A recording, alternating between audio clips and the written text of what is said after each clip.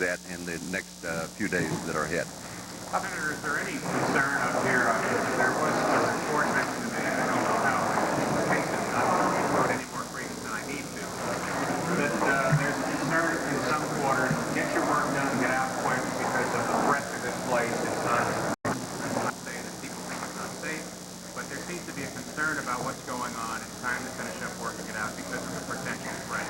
How do you respond to that kind of thinking? Well, no, there is some thinking to that effect. And I think it would be wise for us to do what we need to do in the aftermath of September the 11th, and we've made a lot of progress in that regard, even here in the Senate. Last week we did come to a conclusion on an aviation security bill and the anti-terrorism bill. We still need to make a lot more progress than we've been making on appropriations bills. That has to be done in some form before we leave. But so once we get through the things that need to be done as a result of September 11 and get our appropriations bills through, I think it should include energy legislation because of the overwhelming national security interest and concerns in that area also. Then we do recess subject to the call of the chair. But, you know, it's very important that we, depending on events, will be prepared to act and we'll be available when it's needed. But there is a growing feeling that as soon as we can get our work done, that we should recess for the year. The other side of that is that's probably already going to be sometime in November, and we'll have to work very hard to be done by Thanksgiving. But it is possible, and we're going to work together to see that that can be done. Senator, you said that isn't motivated by a concern that things are really getting dicey here, or that there's a lot of danger. No. I think that, you know, to some degree, maybe that perception is being projected as we take actions to, you know, be careful in the way we handle ourselves and the way we secure our buildings from threats and even learning how to handle the mail. But you know, there's no panic here, Senator, and the work is being done in an appropriate way to protect ourselves, but also to see exactly what did happen yesterday. Senator, you said you used the phrase limited incidents to describe the anthrax. Well, by that is we have no other reported incidents that have checked out. There have been, people are being more cautious now, and if you have a suspicious envelope, members are calling the appropriate officials. You know, even one event is too many and of concern. But I think that Senator Daschle's staff took the necessary actions immediately, and the Capitol Police did, and there have been no other incidents, and the decision was properly made to pull back the mail and go through extra precautions. But, you know, it is the one incident so far, and no indications of others, and but we're going to be careful about how we do that. No indications that it is or is not connected with the events of September 11th. Senator, do you think a lot more progress has to be made on the appropriations bills, and yet your party voted yesterday to block the foreign operations bill? Well, we do have a very important matter, and that is the need for federal judges in our federal judiciary. We now have some 107, I think, federal judicial positions that are open. I believe that's probably the highest in history. We've only confirmed 8 federal judges. A lot of these federal judges, by the way, will be involved in the aftermath of September 11 and carrying out necessary investigations and actions that are provided for under the anti-terrorism bill that we passed. And 8 is a very low number and certainly well below the pace of the 3 previous administrations. Last week we did confirm 2, but none were reported, and we don't know what's going to happen. So we got to get a clarification. That is a part of the work we need to do. We need to get some understanding as we worked toward in the year 2000. When we had a similar situation, we more or less worked out an agreement on how we would proceed on appropriations bills and how many judges would be moved, and why we didn't, in either case, hit the exact number. We made a lot of progress, and I'm hoping that we can do that again now. Yes. Mississippi Senator Trent Lott bringing us up to date on the business of Congress, and in his case, the Senate, and how it is going forward. Now, we should bring you up to date as well on some information that we have received from officials to share with you. Anxiety over anthrax certainly has a lot of people running to pharmacies for an antibiotic cure-all, but stocking up on the drug in need is not what doctors advise. Cipro is what we're talking about. It's made by Bayer, and it's used to fight anthrax as well as other serious infections and diseases. Although production has increased, some pharmacies are already having problems keeping it on the shelves for those who truly need it. So doctors are warning people not to take the drug just as a preventative measure. They say Cipro may mask symptoms in the future and end up hurting you more. We'll be right back. Williams, Matthews, Hope, Banfield, Sawyer. Afghanistan, Pakistan, Israel, Iraq, Egypt, Washington, D.C. Worldwide resources, the latest technology, the most experienced team. Exclusive investigations, groundbreaking documentaries, the whole picture, 24 hours a day. MSNBC. 28, 29, 30, 30. Now at Red Lobster, enjoy 30 mouth-watering shrimp for just $9.99. Mix and match tangy lemon pepper shrimp, delicious shrimp pasta, savory scampi, fried and more. Red Lobster. Go overboard.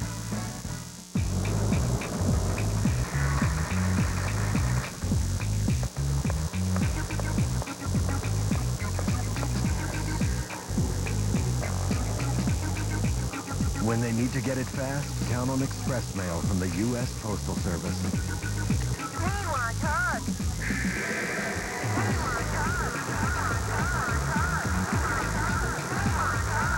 The United States Postal Service is everywhere, so you can be anywhere.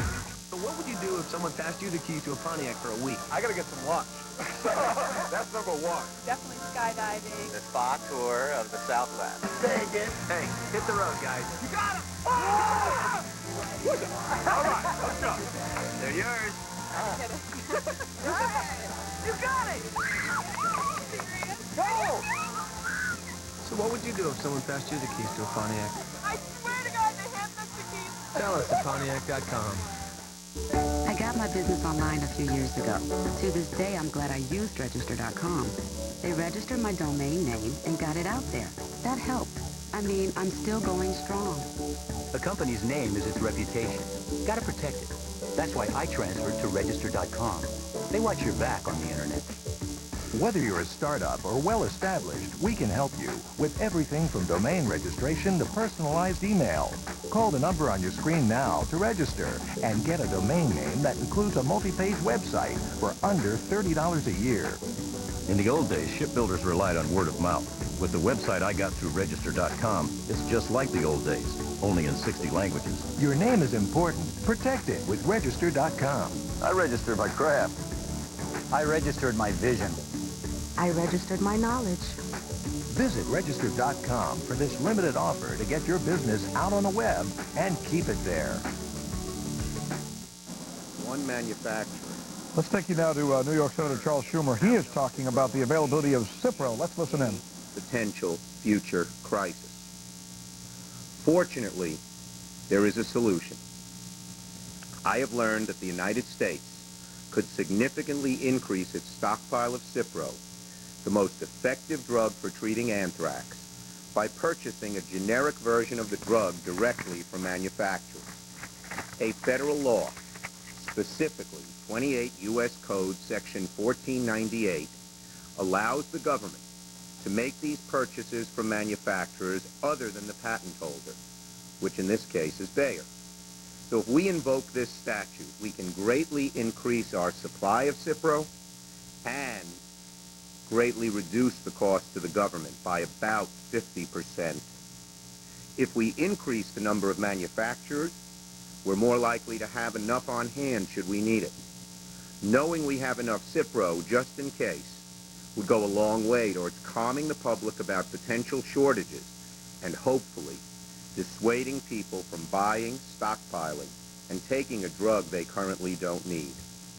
So today I'm calling on the Department of HHS to sign contracts directly with manufacturers to purchase the generic version of Cipro in bulk quantities at significantly reduced prices. Let me emphasize that this is a step I believe we should take out of an excess of caution.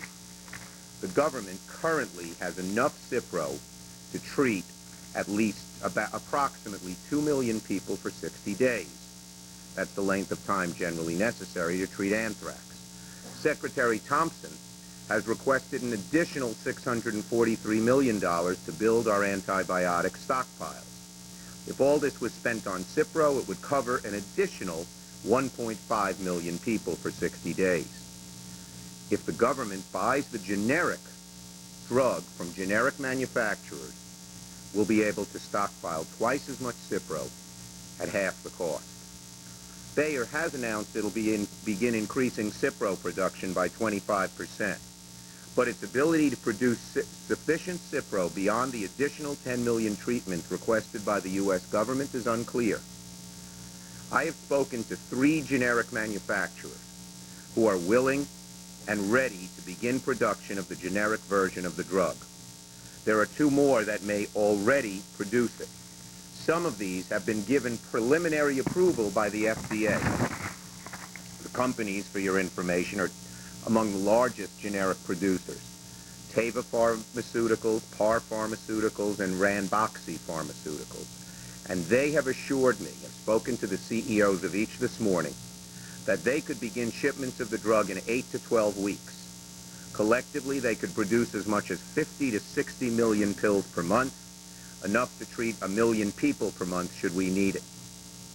Each of these companies holds tentative approval from the FDA to produce the generic Cipro. All they need is a government contract and a final go-ahead from the FDA.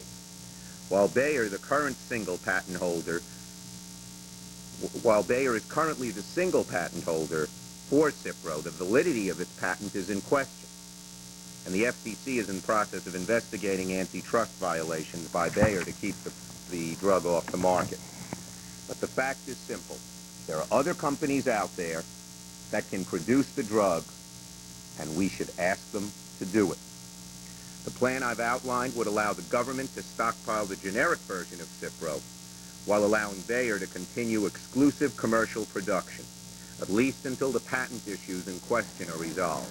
So before we head to the break, let's try and bring you up to date on exactly what it is that Senator Schumer is talking about. As some of you may know, it may take a while to get many of the Bayer shipments that he was referring to in. So here is his suggestion, and he's quoting a specific statute, U.S. Law Statute 28, U.S. Code 1498, that would allow the government, through Health and Human Services, to then try and see if they can get a government contract to order a generic form of the drug. And he says that Cipro would then be available, not because it's needed at the specific point in time, he says, but because he says that would allay many of the population's fears. That is the very latest from New York Senator Charles Schumer. We'll certainly have the very latest on that, as well as we bring you the latest from Dan Abrams on the home front, right here on MSNBC.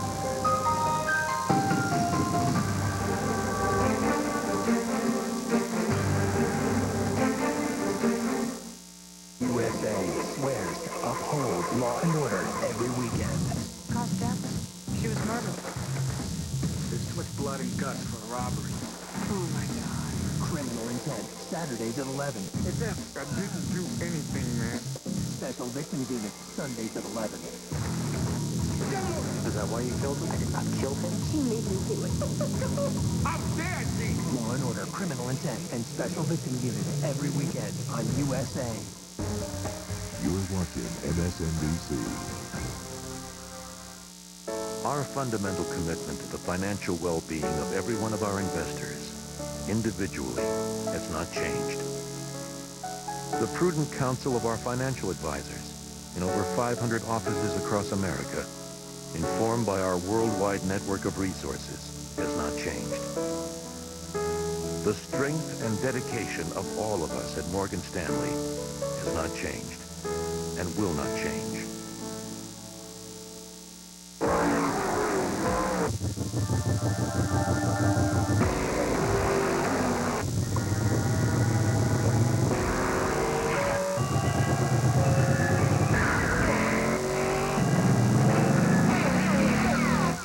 Who'd you expect? Bob Dole? Follow Mark Martin and the Viagra racing team this season. Get to your doctor for a checkup and find out if a free sample of Viagra is right for you. For more information right now, race over to Viagra.com. We took the delicious taste of honey and walnuts. May I? Thank you. And put it in Quaker Honey Nut Oatmeal. Oatmeal so good, you might wonder where we got the recipe. It's LensCrafter's best $99 offer ever. Right now, get a complete pair of glasses with DuraLens, our most scratch-resistant plastic lens for only $99. The $99 DuraLens event. This is one you don't want to miss. I'll get this. Oh, a platinum card. I have one of those. There's always the catch. Low rates that explode and...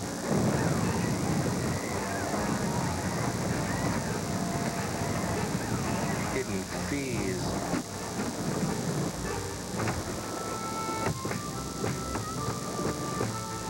It's highway robbery. Well, actually, I have a Capital One Platinum card.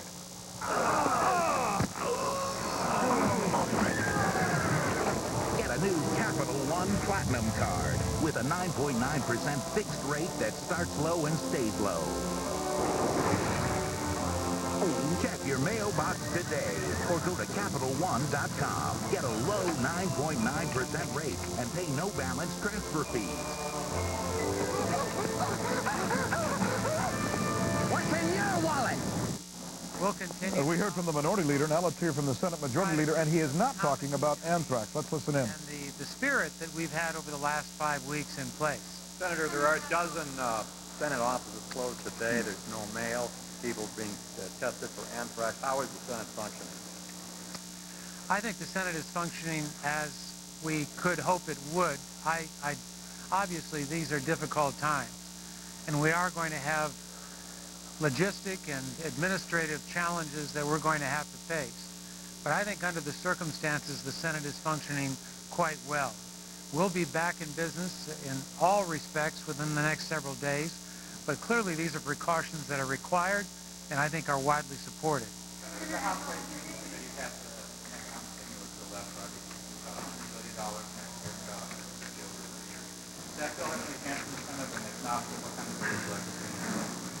Well, I was pleased with the admonition of the White House yesterday with regard to the actions taken in the House of Representatives. It exceeds the budget. It isn't stimulative. It doesn't provide the kind of immediate relief in the economy that we're all looking for. In other words, it doesn't meet any of the criteria that were agreed upon by the bipartisan budget committee. I think we've got to go back to the drawing board. I'm hopeful that we can do that here in the Senate. Linda? Results yet in terms of the testing of your staff? Have you gotten any conclusions yet? All of the conclusions are very encouraging. All of the tests have been negative. There have been no indication that there is a health or a medical problem among any of my staff, and I'm quite confident that will remain the case. Yes, it does. When you say about tours and mail, how much longer are they going to be suspended? I can't answer how much longer they will be suspended. I think it is important for us to carefully screen the mail and to make very careful decisions about access to the Capitol. Ultimately, my goal is to completely open the Capitol once again and to provide for the regular flow of the mail just as soon as we can accommodate all of the concerns and safety precautions. And let's take you now from the Senate Majority Leader to the President of the United States. You recall recently he talked when he addressed the nation about how important it was for our children to send money to the children of Afghanistan. Well, we learned today that as many as 18,000 letters have already been collected, and this is an event that was scheduled just for that. And there we see children who are gathering around the President. They will be welcoming him, and the President will make some remarks as well. Before the President does so, though, let's go to New York Mayor Rudy Giuliani to hear his comments, and we promise we will take you back to the White House. Yeah, I've made a bet with the mayor of Seattle. Let me see now. I wrote this down. On the very unlikely event that the Yankees will lose, which, you know, doesn't really happen, but I will... come on, just think of it. We've won more world championships than any professional sports franchise around in 4 out of the last 5 years. And I know that some people have counted out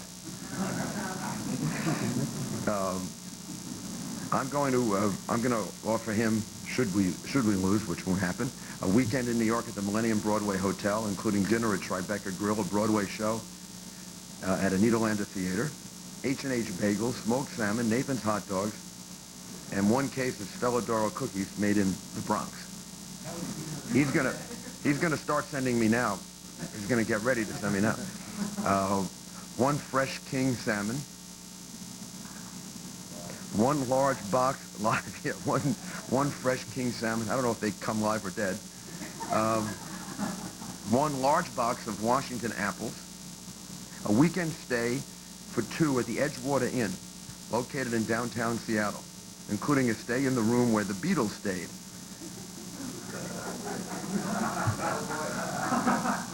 Man, that's really that. And dinner for 2 in the inn's. I'm not sure who wins or loses this bet. A dinner for 2 in the inn's restaurant.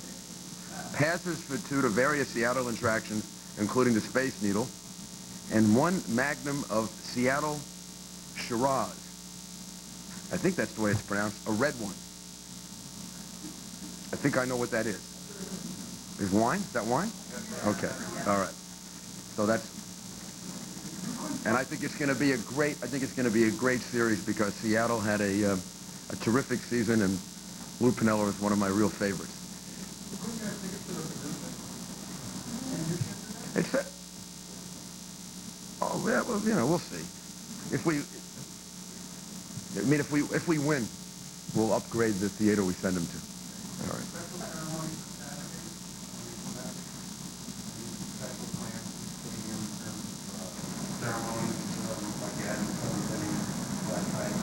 That's beautiful, wasn't it? Officer Rodriguez is a really terrifically talented tenor, and he also adds something really special to the way in which he performs "America the Beautiful" and the national anthem. No, I don't know what those will be. We'll talk to them about it. It's always difficult juggling these live events as we follow them for you here on MSNBC. We have the mayor of New York on one end. We have the president of the United States. The president, we understand, is about to speak. So let's go ahead and listen in. That's Dr. Bernadine Healy, by the way. She's the president of the American Red Cross, and she has been making some comments as well as some of the children there. Let's listen in. Mercy, dignity, and understanding. Also a man whose strength and leadership has guided America through this terrible crisis and will so for days and weeks and years to come. Please join me in once again welcoming President Bush to historic Red Cross Square. Great job. Thank you all very much. Very good. Thank you. Thank you all very much. Last week, I asked America's children to send $1 to the White House to help provide food and medicine to the children of Afghanistan. Today, I'm pleased to report that in just a few short days, children all across our country have responded with remarkable generosity and deep compassion. I want to thank Dr. Healy for doing such a fine job as the president of the American Red Cross. I'm proud to be your chairman.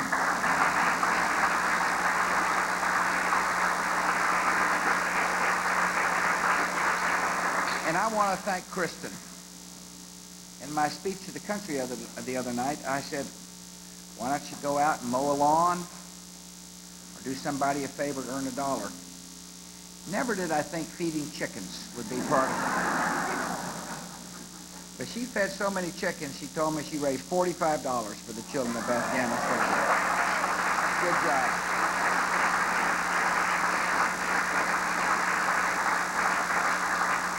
I want to thank Marty Evans, the National Executive Director of the Girl Scouts of the United States of America, for being here. And I want to thank all the Girl Scouts who are here.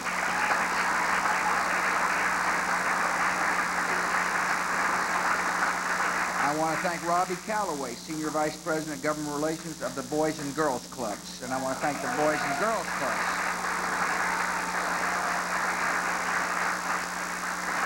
Steve Culberson, the president of the Youth Service of America. I want to thank Steve for being here.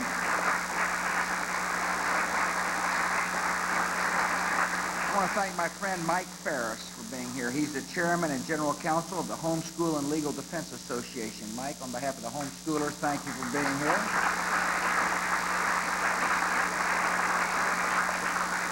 And I saw a pretty familiar face, Congressman Chris Shays. Congressman, thank you. I'm so glad you're here. Thank you for coming. I appreciate you.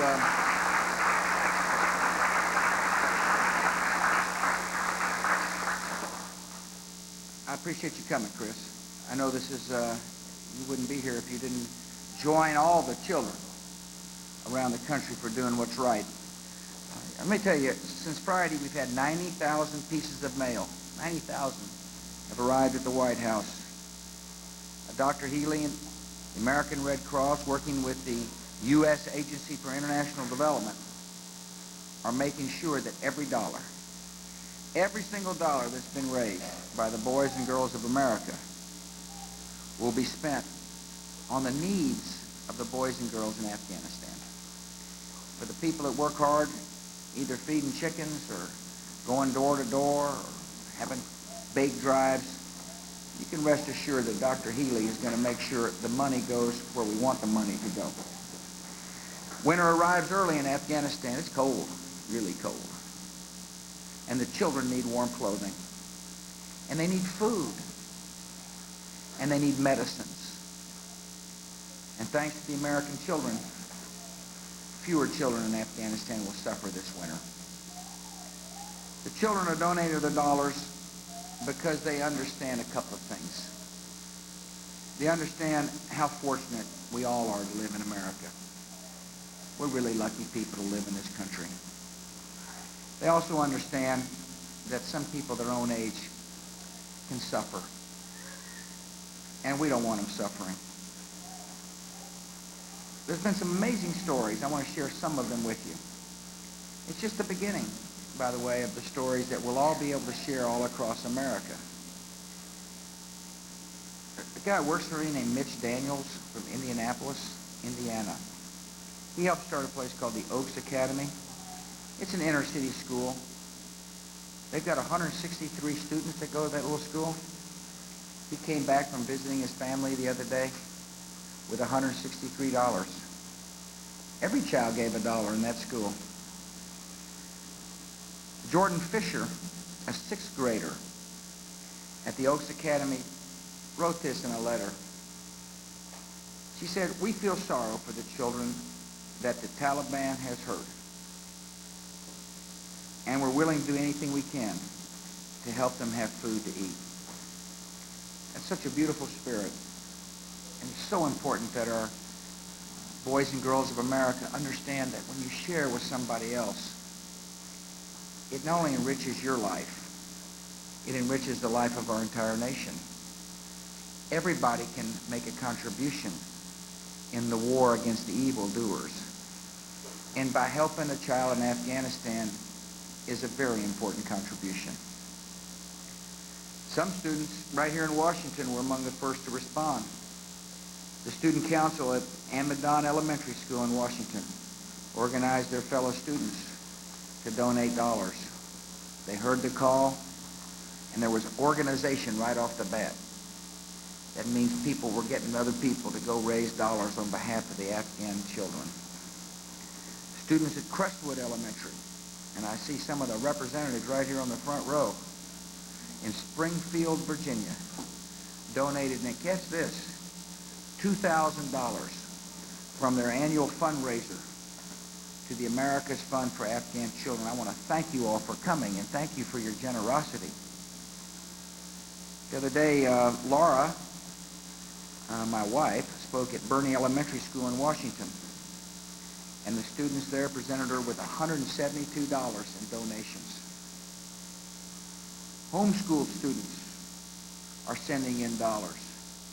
Youth Service America, the Boys and Girls Clubs of America, Big Brothers, Big Sisters, and other youth groups are all raising money. I see the Scouts who are here. I can't think, we got to have a merit badge made especially for this occasion.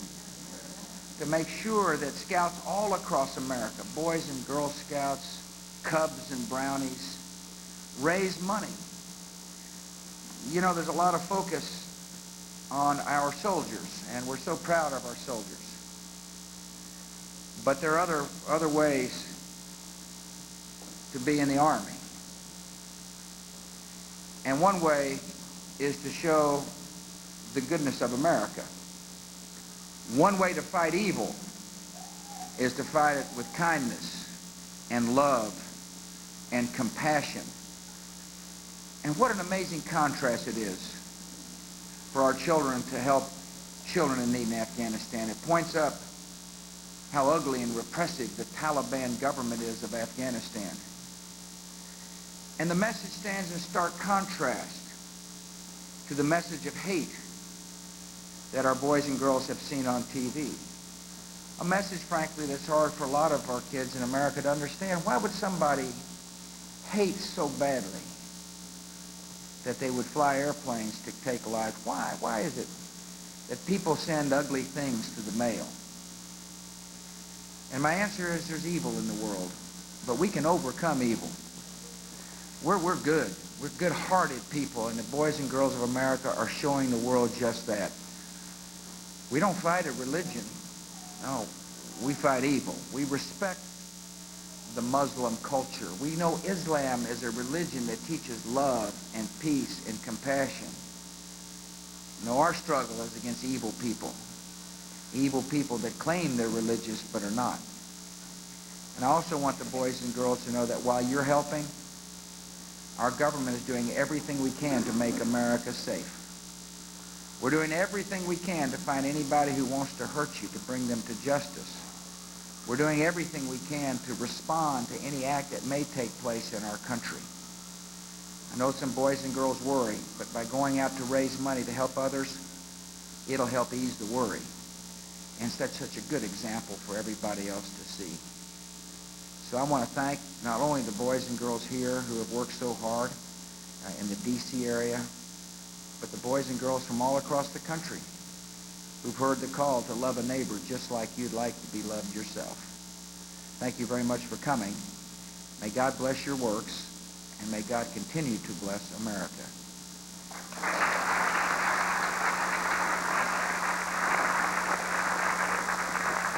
And there you have the President of the United States speaking to children there just across the street, in fact, from the White House, talking about part of the plan that may be just as important as Operation Enduring Freedom, a plan to win over the hearts and the minds of the Afghan people, and doing so with America's children, asking each and every one of them to send a $1 donation. And we understand the call has been heeded. In fact, we understand as many as 90,000 letters have already been received at the White House since the President issued this call just several days ago. You're watching MSNBC, and we'll be right back. You know, when you apply for a loan in today's economy, it's nice to have the confidence that your credit is good, especially when you need a new home, car, or other essential. But sometimes inaccuracies do appear in your credit report, and that's why it's so important to stay on top of your credit by checking your report from time to time. Now it's easy and it's free. To get a free copy of your credit report, simply log on to freecreditreport.com. Act now. Get your free credit report by logging on to freecreditreport.com today.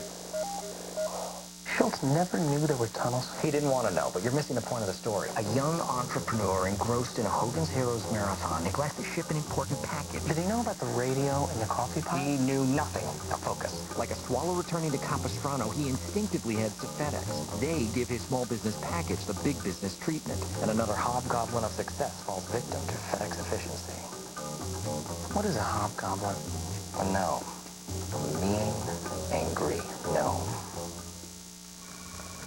28, 29, 30, 30. Now at Red Lobster, enjoy 30 mouth-watering shrimp for just $9.99. Mix and match tangy lemon pepper shrimp, delicious shrimp pasta, savory scampi, fried and more. Red Lobster, go overboard.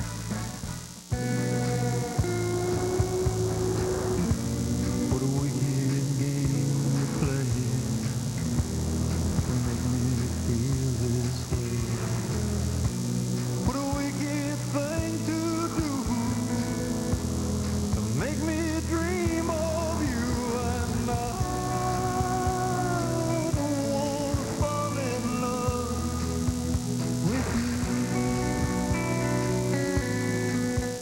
Hi, Billy Mays here for Orange Glow.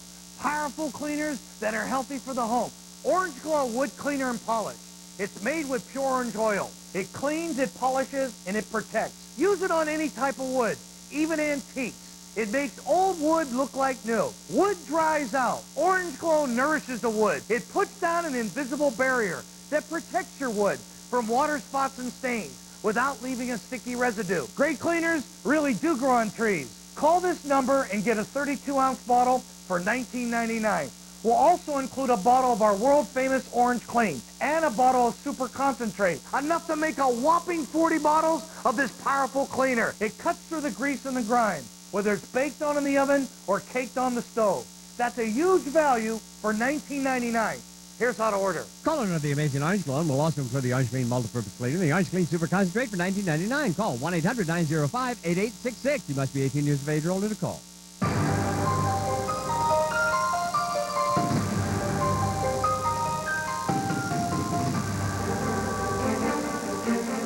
Welcome back to MSNBC, everyone. I'm Rick Sanchez. We've been telling you about that Red Cross bombing in Afghanistan. Well, it's also having an impact in neighboring Pakistan as it relates to public opinion about the U.S. campaign against the Taliban. NBC's Ashley Banfield is live in Islamabad, Pakistan now with more on that and other developments.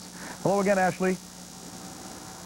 Hi, Rick. You know, public opinion is so important at this phase, and you can hear when you listen to President Bush addressing those children, the war of words and the propaganda campaign on all sides, trying desperately to make sure that the message, it's a war on terror, not a war on Islam, gets through, even if he's speaking with children, and also that the United States is not an enemy of the people of Afghanistan, but is instead an enemy of terror.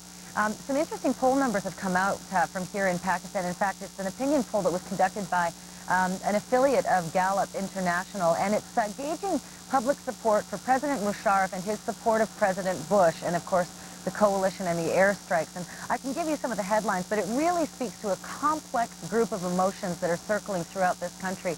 People are torn between wanting to support their president and wanting to support what's right, and also wanting to support their Muslim brethren. Let me just give you an idea of what they say to the question of whether they support the Taliban and Osama bin Laden. 83% of the respondents here in Pakistan said they are behind the Taliban. 82% of the respondents said Osama bin Laden is a mujahid, which is a holy warrior, and not a terrorist. And only 12% say that Osama bin Laden is responsible for the World Trade Center attack. We can move on to the support for President Pervez Musharraf and how Pakistanis feel about their president. 32% of those asked here in Pakistan said they supported Musharraf's policy. This was 3 weeks ago, but then that has gone up. In the last 3 weeks, it's gone up to 51%. Now with that increase, you can see that although people support the Taliban and support Osama bin Laden, they are still growing in support for their president and his support of the U.S.-led strikes.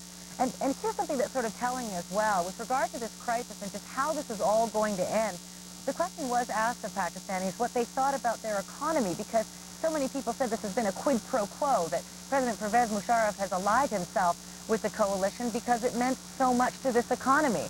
The lifting of sanctions, and not only that, but the continued affairs between these nations and the continuing military aid that may be forthcoming. 54% of the respondents who were asked said that the Pakistan economy will be worse off after this crisis. 22% thought that it would improve. So it's really interesting to see how different the tides are here, Rick.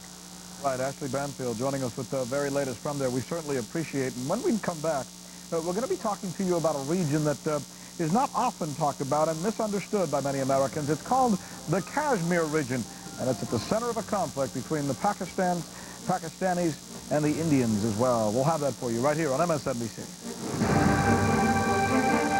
Sunday on an all-new MSNBC National Geographic Explorer, the Middle East and Central Asia, a world most Americans know very little about.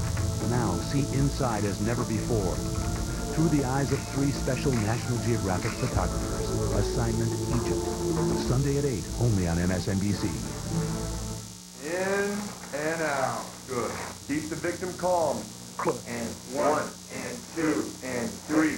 Okay, there you go. That's over 100 channels, sports, news, digital music. Installation's free, and it's only $31.99 a month.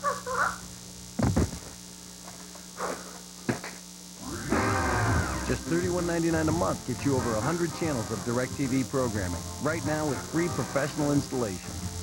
So it was the digital music that... Yeah.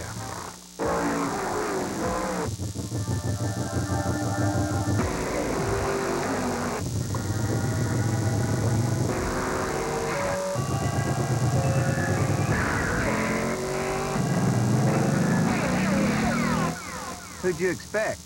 Bob Dole?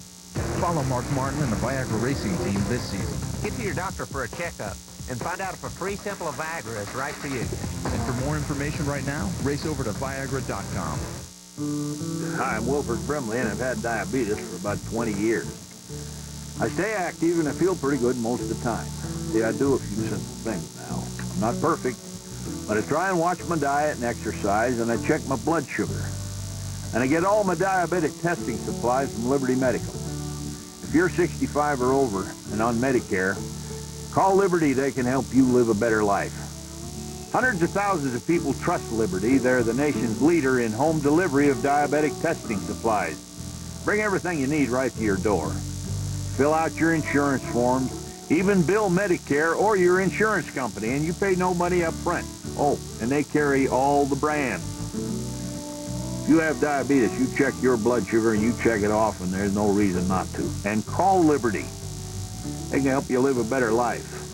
For more information on free home delivery, call toll-free 1-800-504-9750. Stay with us for continuing coverage.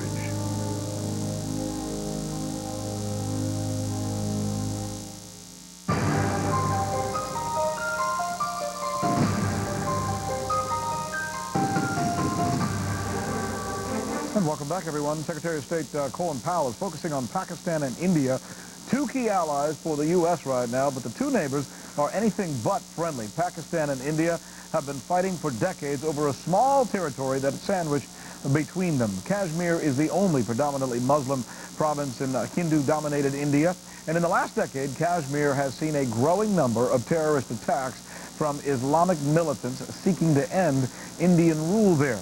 India blames Pakistan for the attacks, while Pakistan maintains that it has only lent moral support to what it calls freedom fighters. Clearly, the Kashmir issue is important in U.S.'s alliances building process. For more on that, we're going to be joined now by James Dunnigan.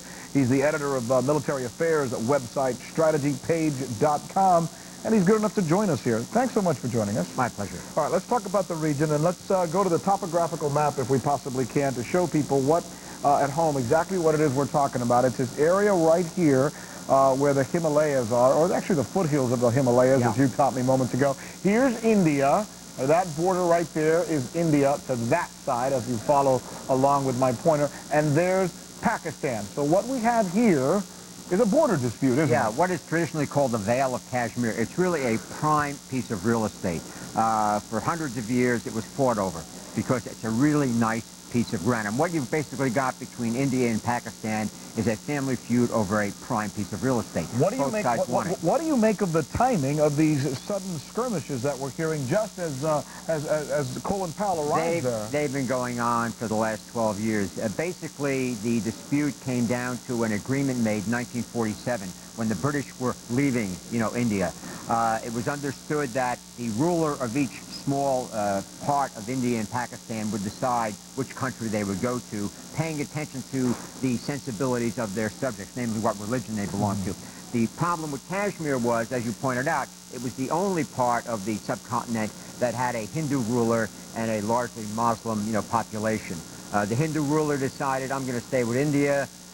Immediately there was gunfire in the streets. He went back to India, and it's been a mess ever since. Now, the Indians say that the Pakistanis are actually supporting terrorists in that region. Oh, they are. No question about it. Pakistan has had more problems than India in the last 50 years. India, for all of its problems, got a functioning democracy going. Pakistan has not been able to do that, not for want of trying. At one time, a ruler, a general, Zia, he tried Islamic fundamentalism. And that's where the government support for fundamentalism began in the 1980s.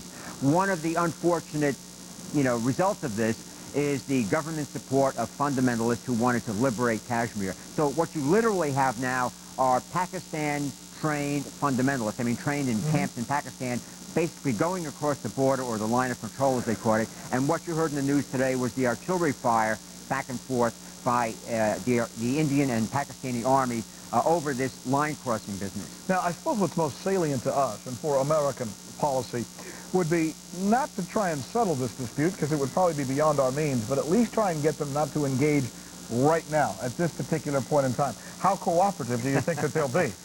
Well, the Kashmiri separatists, rebels, whatever you want to call them, fundamentalists, are pretty much out of control. This is the problem General Musharraf has. Out of control, you say? Out of control. Oh. Nobody really controls them. The good news is General Musharraf is a reformer. He doesn't believe that religious fundamentalism is the way to bring law and order and all other good things to India. But he does not have control over what was released by one of his predecessors back in the 1980s. We are out of time. James Dunnigan, that's very nice of you to come and join us and share your experience and your knowledge with us. And Lester Holt will be coming up next to take you into the next hour. I'm Rick Sanchez. We'll see you tomorrow. Only on NBC News, the Terrorism Task Force. The Pentagon is still struggling. No negotiations with the Taliban. Using the global resources of NBC News. Investigators pass on any information they get about... It's a complicated trail to follow. Follow the investigation with the Terrorism Task Force. Only on NBC News.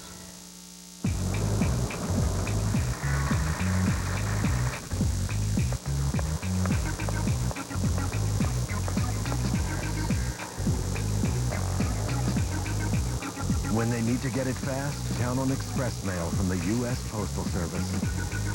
Hey, want a hug?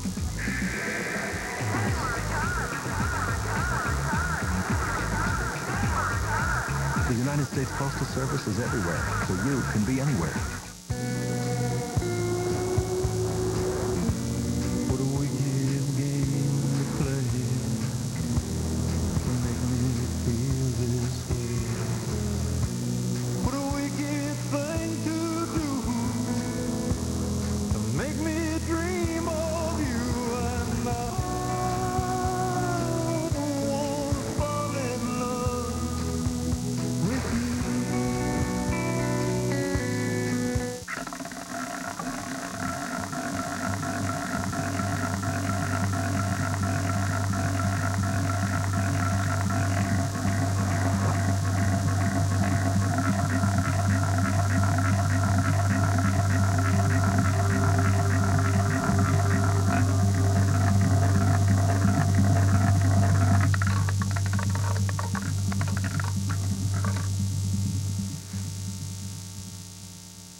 It's never too late to change, to feel good about yourself. After I turned 40, I gained weight. I was not going to accept that.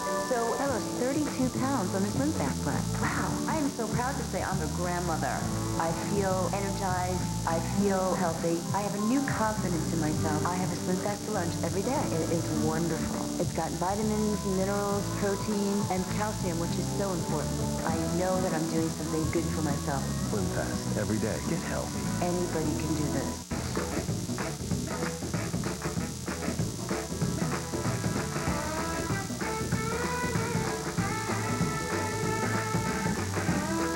The road to success is paved with ambition, intelligence, and desire.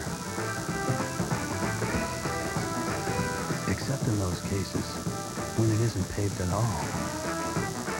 Navigator from Lincoln. Hey, the Ovaltine man! Yeah.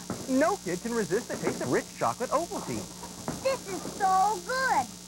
And chocolatey. This is great chocolate milk. Is it Nesquik? Get real. It's rich chocolate Ovaltine. Kids love Ovaltine's rich chocolate taste. And Ovaltine adds vitamins and minerals that Nesquik powder doesn't. So why give them Nesquik when you can give them more? And there are more vitamins and minerals in Ovaltine. Ovaltine rock. Ovaltine, please. Somalia, 1993. The first American soldiers to battle the forces of bin Laden. I just remember explosions all over the place. Can the costly lessons learned then help us fight terrorism now? MSNBC investigates Black Hawk Down, the Somalia Connection. Tonight at 9 on MSNBC.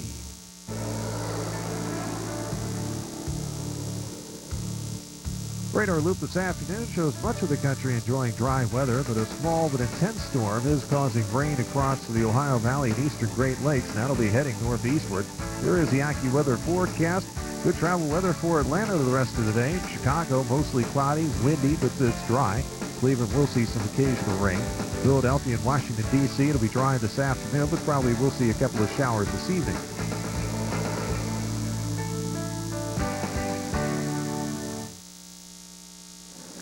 Welcome back. We take you live to Florida. This is Florida Governor Jeb Bush in a news conference regarding the anthrax situation there. Particularly in the last week, we have incredibly dedicated men and women that are serving our state. 40,000 sworn law enforcement officers, I think some 6,000 to 8,000 fire rescue personnel. We have Department of Health here in Palm Beach County and across the state. Really they're all doing excellent work. And yet they have to turn back from time to time because people are calling in concerned about a letter they may have gotten, or concerned about a phone call they may have gotten, or concerned about something they may have seen. We have asked people to call their local health department and to call their local law enforcement when they see something unusual. Clearly, in a free society, it is important for all of us to be vigilant. But the people that are taking advantage of the fear that exists right now in Florida and our country by using this as a hoax to try to either have fun doing it or because they think it's interesting, or for whatever weird motivation they may have. I wanted to tell people that it is against the law in our state. In fact, last year, the Florida legislature passed a bill that was titled the bill for weapons for mass destruction. Senator Futch, now Senator Futch, was the sponsor in the House, and Senator Lee in the Florida Senate. And the idea behind this bill, quite simply, is to say that if people commit a crime by sending some chemical or biological agent in the mail, or in any fashion that injures somebody, or worse yet, kills somebody, that it is a felony offense punishable by life in prison.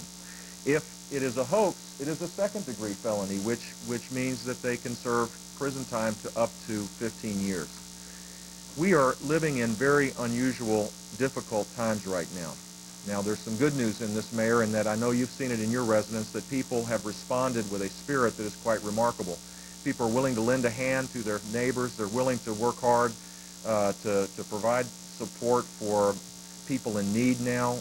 There is a new spirit in our state and a resiliency, but our law enforcement officers do not have time to turn back to deal with the hoaxes that exist. And if people are caught, they're going to be prosecuted, and if they're prosecuted, they're going to serve long prison sentences. It is important for the folks that are thinking about doing something like that to understand that the work that is being done here in a coordinated way is very, very important, and that we should not take this law lightly. There will be enforcement of this law, and I want to thank Senator Futch for taking this idea, turning it into a law, a bill that was passed, and I was very fortunate to sign. This is part of a strategy in our state to focus on three things. We have to restore a sense of normalcy in our lives, and one of the ways that we intend to do that is to increase the level of communication with the constituents that are represented by the elected officials here, using technology and direct one-on-one contact. We are establishing protocols for our schools, for our hospitals, for how people can receive mail if they see unusual packages, what they can do. And I would urge people to go to myflorida.com, www.myflorida.com, to get the latest information of the strategies that we're developing to empower citizens and the first responders for these new threats, both perceived and real. Mayor Abrams, and to the county commissioners, to the sheriff, to the chiefs of police, to the fire chiefs that are here, and to school board members and county commissioners and city commissioners, at the state level, we pledge our complete support to the residents of Palm Beach County, and we will continue to urge them to be vigilant, but also urge them to get back to doing what they were doing. This is an incredible place. People need to recognize that there is a coordinated effort to protect them. their fears should subside because of the hard work of a whole lot of people, both federal, state, and local. Governor Jeb Bush in Florida reassuring the public that they are on top of the anthrax situation, and once again talking about the hoaxes and about government's response to that. We want to go to the Pentagon right now, where Lieutenant General Greg Newbold, Marine Corps, showing the latest strike footage from the war in Afghanistan. Let's listen. Near the city of Herat. This comm station provides command and control support to the Taliban military operations in the western part of the country. I'd like to switch to the post-strike image, and as you can see, the building has been destroyed and the intended purpose has been accomplished. That was from the 13th. I also have 5 weapons systems video clips I'll show. The first 2 are of a Taliban military training facility in Kandahar in southern Afghanistan. You'll note a string of vehicles lined up and the munitions as they strike. These are armored vehicles.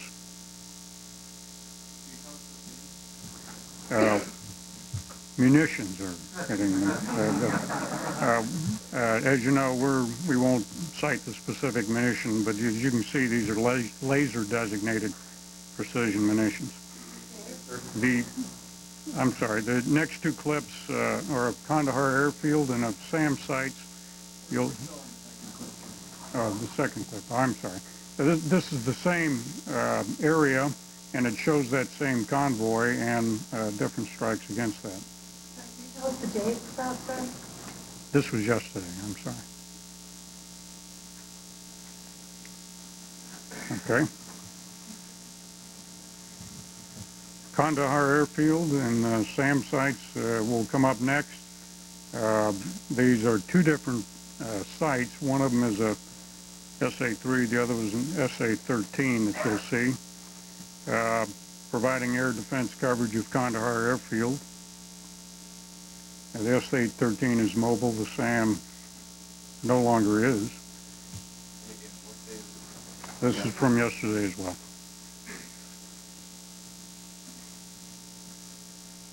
And we have one final clip, and this clip shows a tank near the airfield at Mazar-e-Sharif, northern Afghanistan, a crucial area, as you know. This vehicle is in a defensive position. It's hit with 2 weapons and struck with some precision. Those are the film clips. A couple of points that have been emphasized before. I've given you some numbers of aircraft used, munitions, and I've shown some images and video. Those are not the measure of effectiveness of a military campaign. Box scores generally not helpful.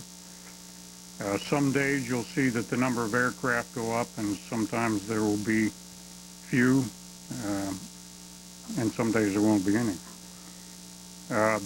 But regardless, we're going to keep up the pressure on the terrorists and on the Taliban leadership. The pressure will come from all elements of national power and include the military. Regardless, it's going to be relentless. As we noted, we continue our efforts to assist the Afghan people through humanitarian drops. And the essence of what we're trying to do is to destroy the al-Qaeda terrorist infrastructure and those within the Taliban leadership that have made sure that they're supported within their country. That's all I have, and I'd like to open up for questions. And did yours count before, Charlie? Or you? No, well, we could take a vote.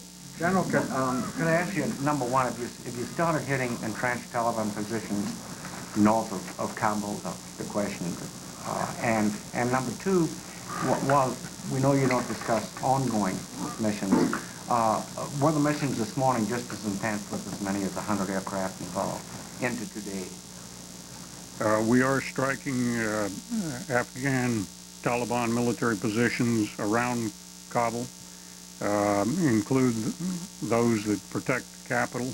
We're striking, we struck in this day of the campaign targets up near Mazar-e-Sharif, as you saw in the video clips, protecting that very important crossroads. And I'm sorry, your second question is? Whether or not, you mentioned 100 aircraft yesterday, which would be more than previous reports have indicated. Are you using that many again today, early into the day, or has it gone down somewhat? Yesterday was a particularly heavy day, as I think the Secretary of Defense described. Today is another intense day. Not quite to that level, but as I described, you will see fluctuations, and you should not read into it if you see a far fewer number in a future day or even a larger number. Can you give us some idea of why the AC-130 gunship was used without, you don't want to get into exactly what it was going after, but why employ that weapon system at this time? What effect are you trying to get from the use of it? The AC-130 gunship is an excellent platform to use in this environment for a number of reasons. Let me list a couple of them. It has precision weapons platforms which allow us to reduce collateral damage at the impact point. It is a system with a long loiter capability, so it has an ability to station itself over a target area for a long period of time. So as emerging targets appear, it's a very useful platform. It also has a large crew of specialists who are able to acquire targets to a degree that a fighter aircraft, for example, moving at over 300 knots cannot. So in fact, its slow speed is useful in that regard. So, also an intended psychological impact on the Taliban to be the recipient of the kind of firepower that the system can. I think that's a very good point. There is psychological effect of all that we're trying to do. I think the intended purpose of the military tool of national power is as much to convince the Taliban leadership that they have made an error, and their calculus someday will be that it's in their best interest to see to do. The system does it more precisely and more brutally, I guess, or with greater power than the other systems, because it can rain down fire. Is that the point? It can be extremely precise, and that's one of its great benefits. So you're right in that regard. Can you say whether that mission was successful? It was a successful mission. I can go that far. General, can I do a follow-up on that, please, if I may? Okay. The AC-130 operates at a fairly low altitude, and it's low and slow as compared to strike aircraft. Does the use of this aircraft mean that the AAA threat, the SAM threat, at least in that area, is now diminished to the point where the aircraft can operate safely? And the follow-up to that is that we're using 100 strike aircraft. It does seem that you're going more after targets of opportunity than fixed targets. Is that true? The first part of the question regarding the AC-130 and the threat to it, its protection comes from two things: reducing the threat, which you've alluded to, and the other one is in the way and the manner in which it flies. It flies with self-protection, it flies with external protection, other aircraft, and it also can fly at the altitudes so that the current threat is acceptable, and that's the way they've done that. Now, as far as the number of strike aircraft, you're going more after targets of opportunity than fixed targets? I think you've seen over the past 4 or 5 days a shift to strike emerging targets, and that is exactly the way you would want a campaign to go, to emphasize agility in execution. Let me go to the back here. General, I would like to ask you if you have the number of how many bombs and missiles have been dropped in Afghanistan, and also if the U.S. military is testing some new equipment and weapons in this new war. We understand there was an effort of the Secretary of Defense to transform the military to face the new threats. This transformation is already working? We are using all of the technology that is available, and that translates into a number of different things, into the platforms, the aircraft that are used, the collection, intelligence, into how our assets are used, the training, all as a result of technology and benefits from lessons learned from previous engagements or from operations and training. But you had another question, I'm sorry. It was the number of bombs and missiles that have been dropped. Yes. In fact, I do know that.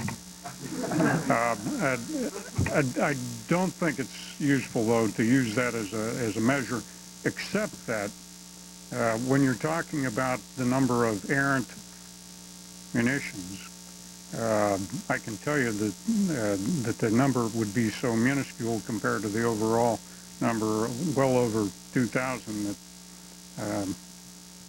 any is unacceptable, but it is a small percentage. I'd like to shift over. That Northern Alliance troops have captured Mazar-e-Sharif to the north. Can you confirm that, or can you give us an update of Northern Alliance troop movements? I can't give you Northern Alliance troop movements. I have heard those reports. It's our belief that Northern Alliance forces are very close to Mazar-e-Sharif. You've noticed the airfield there. It's about 10 kilometers from the town, and I think there are Northern Alliance forces at the edge of that airfield. How critical? I'm sorry? How critical is that to the Taliban? Mazar-e-Sharif has two critical elements to it. One is that it's a crossroads, mostly for resupply of their forces. The other one is the psychological one. As most of you know, Mazar-e-Sharif has been fought over for 3 years now, and it's changed hands. Its loss to the Taliban would be a significant setback.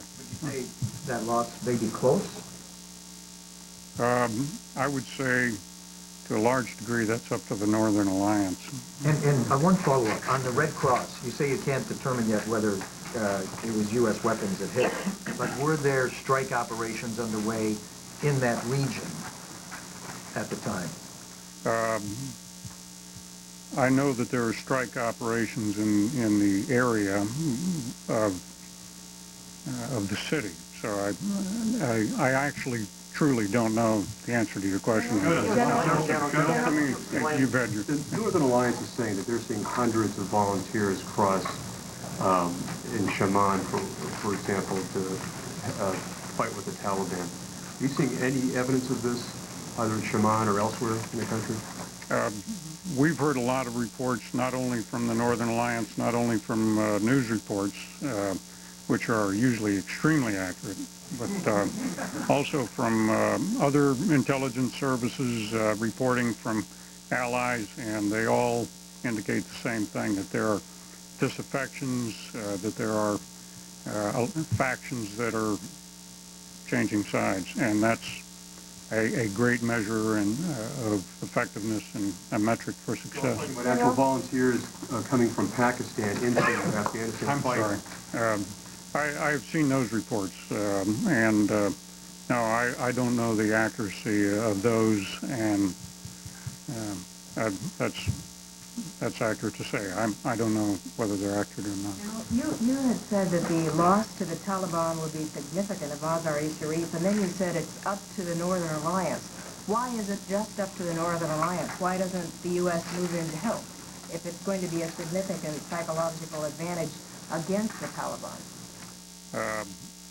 I think the series of strikes we've conducted over the past 9 days have had a fairly dramatic effect on the Taliban, and any degree to which the combat power of the Taliban is dissipated vis-a-vis the Northern Alliance is a net benefit to the Northern Alliance. What I was describing, though, was the physical occupation of the town, and at some point that's up to the Northern Alliance to decide the timing of that. Why not aid them in that effort? Why isn't the campaign aiding them in that effort? I think the campaign has aided materially. I really do. I think, as I say, the combat power of the Taliban has been eviscerated, and it will progressively over time. General, is whether or not the Northern Alliance take Kabul, is that also up to the Northern Alliance? And secondly, a follow-up, is the targeting of Taliban forces north of Kabul a deliberate attempt to soften up the Taliban to allow the Northern Alliance to move in on Kabul? I think there's a symmetry and objectives by the Northern Alliance and what the coalition, U.S. and the coalition of forces are doing. But the Afghans have been at war for 20 years, and prior to September 11th, the United States was not picking sides. I don't believe it's our policy now, although I defer to those who make policy and decide policy. So I think the symmetry is in our common foe, the terrorist and the Taliban leadership. General, you mentioned at the outset that 100 strike aircraft were used yesterday. And if I'm not mistaken, you said mostly carrier-based. Is that true? Mostly carrier-based. Can you say whether some of those 100 were land-based strike fighters? There were over 100 aircraft that were used in strikes against Afghanistan. More precisely, about 90 of them came off aircraft carriers, and as I described, the number of bombers that were used rounded out that number. So, General, going back to the issue of the front lines around Kabul, has the United States targeted Taliban front lines on the Shamali plains and specifically around Bagram Air Base? I won't get into the specific targets. I would tell you that the campaign does include targets that are in all around the country through a variety of means, north and south, and that none of them, including those that are opposite the Northern Alliance, are immune in any way. As a matter of fact, I think they're feeling the weight of the effort. You have all 4 carriers now contributing to the strike package, and there's been some reporting that I guess it's the Enterprise would rotate out as one of them rotated in or something. Can you sort of walk us through that? Okay, your question is about future operations and yesterday.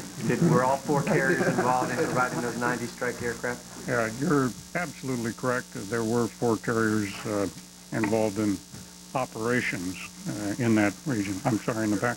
Can you tell us a little bit more about your assessment of threat from man-portable missile, anti-aircraft missile systems, and the extent to which that has played into your planning over these last few days in the airstrikes? Do you have a minimum altitude that you're requesting your aircraft to operate from and so forth, and how big is that threat? How big is the manifest threat? Our planners, our strike planners, worry about the man-portable SAMs because we've learned the lesson of those who went before and of our own experiences. It goes into each strike, so the altitude and the way in which we fly and the protection which escorts our missions all take that into account. And in fact, we're seeing very little evidence of effectiveness from the SAMs. General, two different questions. I think I understood you to say 4 carriers were involved in the operations yesterday. So are you now confirming to us that there were operations conducted off the Kitty Hawk? And then I have a different follow-up. Okay, you're being kind to a Marine General asking him separately. The first question about the carriers, I said 4 carriers were involved in operations in that region. And I wouldn't characterize it further to say how many were used in the strike, because I would... That includes then operations were conducted off the Kitty Hawk? That I was very, very intentionally vague.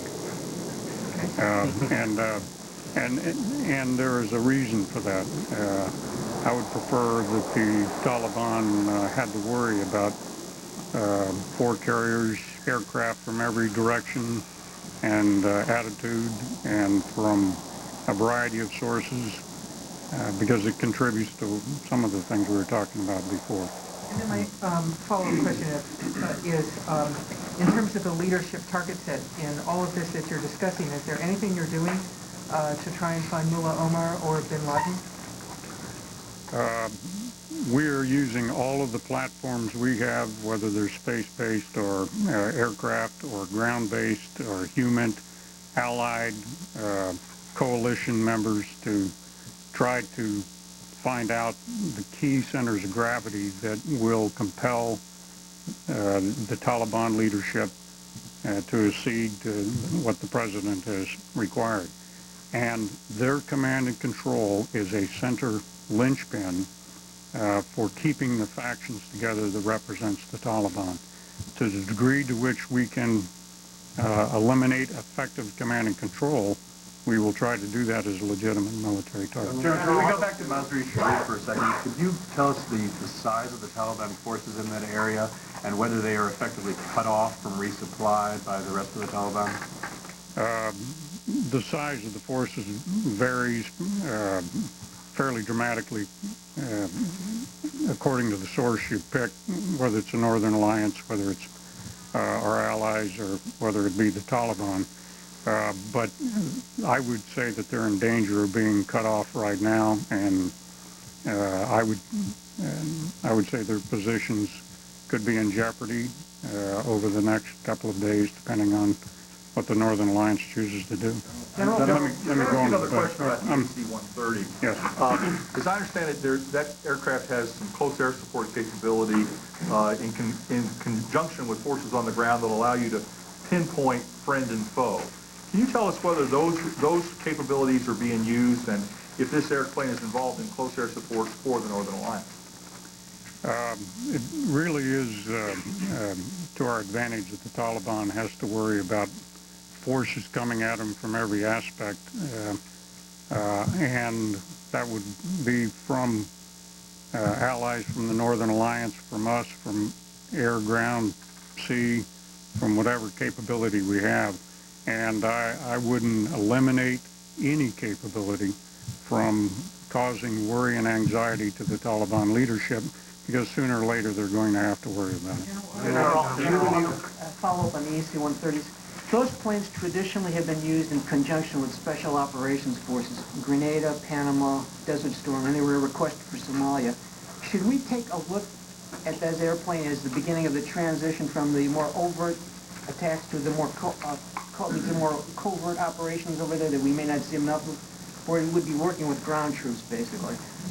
Its missions over the last, they were used yesterday, were for specific purposes, and it took advantage of the unique capabilities of that platform.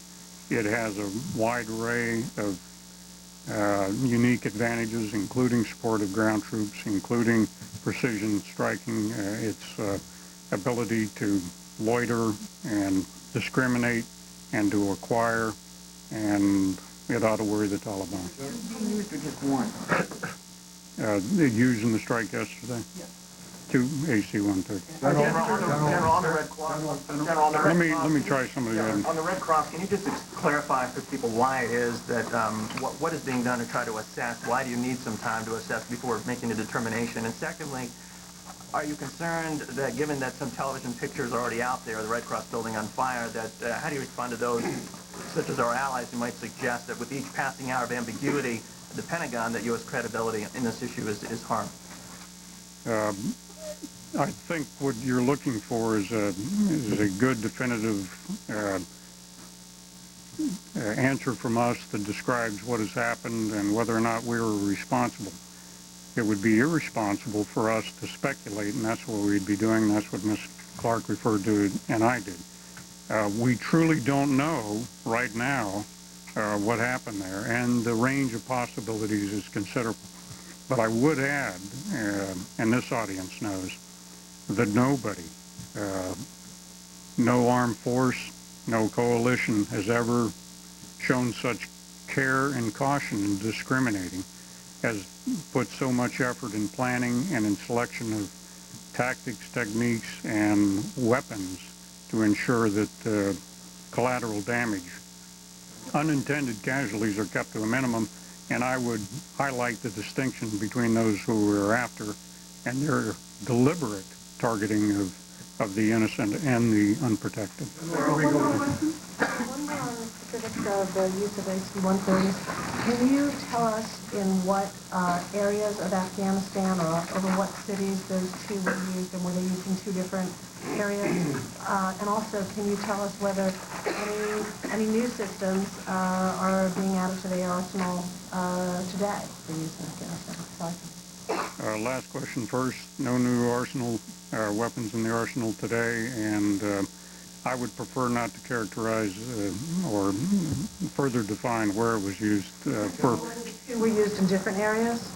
I'd prefer not, and I think you can understand why I would prefer not to. For the protection of the crews and the mission, and for future mission, I'd prefer not. Generally, a U.S. military official told us today that the AC-130, for the enemy on the ground, the AC-130 is probably the scariest thing in the sky. Do you agree with that, and why would that be? Why would that weapon system be the scariest thing in the sky to the enemy on the ground? I think it's fair to say that it is an extremely effective platform, and it provides a presence that's visible or at least audible, and for that reason has psychological impact. I would say that B-52s, carrying the munitions they do, would be at least as scary and carry with it the psychological effect.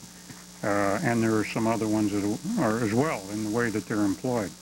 But you're right, the psychological, the moral is to the physical is 3 is to 1, and the psychological effect here is very important. So it's useful. Thank you very much. Thanks.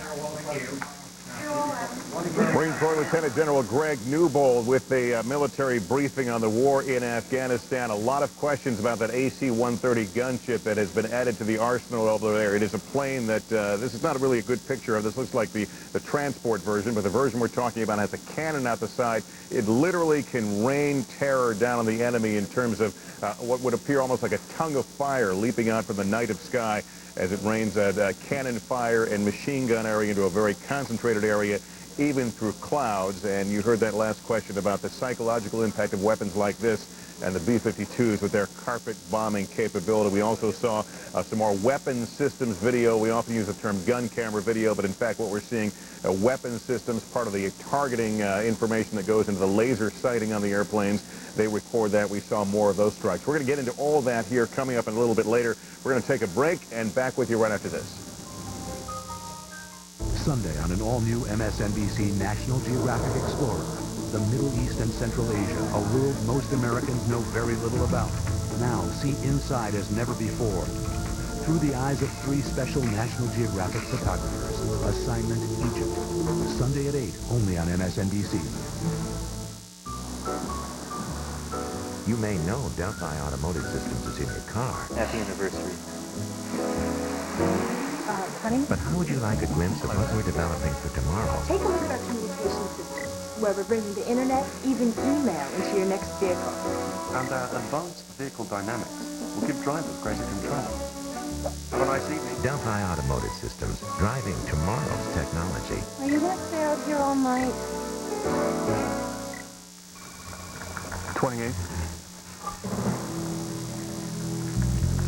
29. 30. 30. Now at Red Lobster, enjoy 30 mouth-watering shrimp for just $9.99. Mix and match tangy lemon pepper shrimp, delicious shrimp pasta, savory scampi, fried and more. Red Lobster. Go overboard.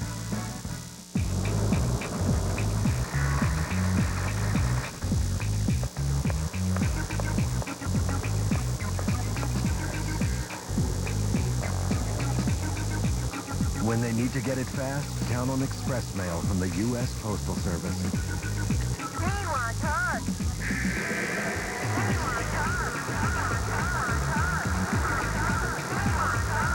The United States Postal Service is everywhere, so you can be anywhere. It hit me when my wife got pregnant. Just knowing that my son was on the way inspired me to lose weight and get healthy. I tried all these different things and nothing was working. I thought I was doomed. Then I saw a Slim Fast commercial and I thought, okay, I'll give it a try. I lost over 50 pounds on the Slim Fast plan. I found a whole new reason for living. I'm real high energy now. I drink Slim Fast every day. The shakes really satisfy me. There's about a gazillion vitamins and minerals and healthy stuff. It's just great. It's a wonderful thing. Slim Fast, every day. Get healthy. You really can do it.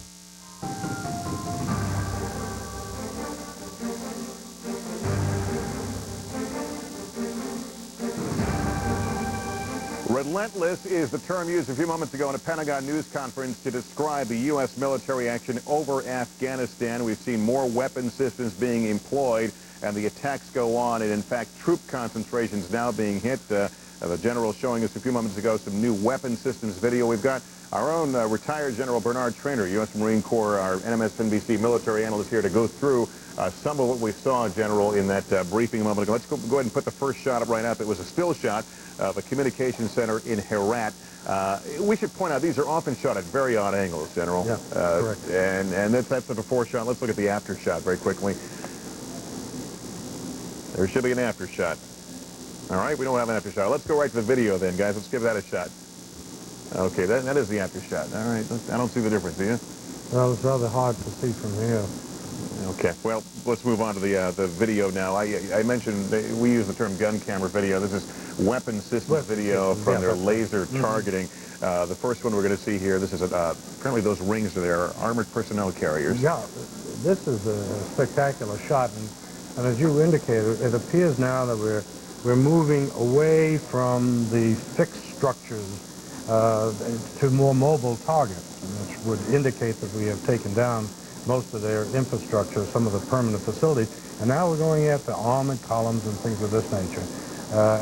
This is a classic case of just tearing apart this armored column. And that cross we're looking at is honing in on where the laser is pointing and where the weapon is going to go to. All right, the other shot we have, this is a video from the Kandahar airfield, in which, once again, they have the weapon systems video. There's that main point. Going after a missile site, and they've got it.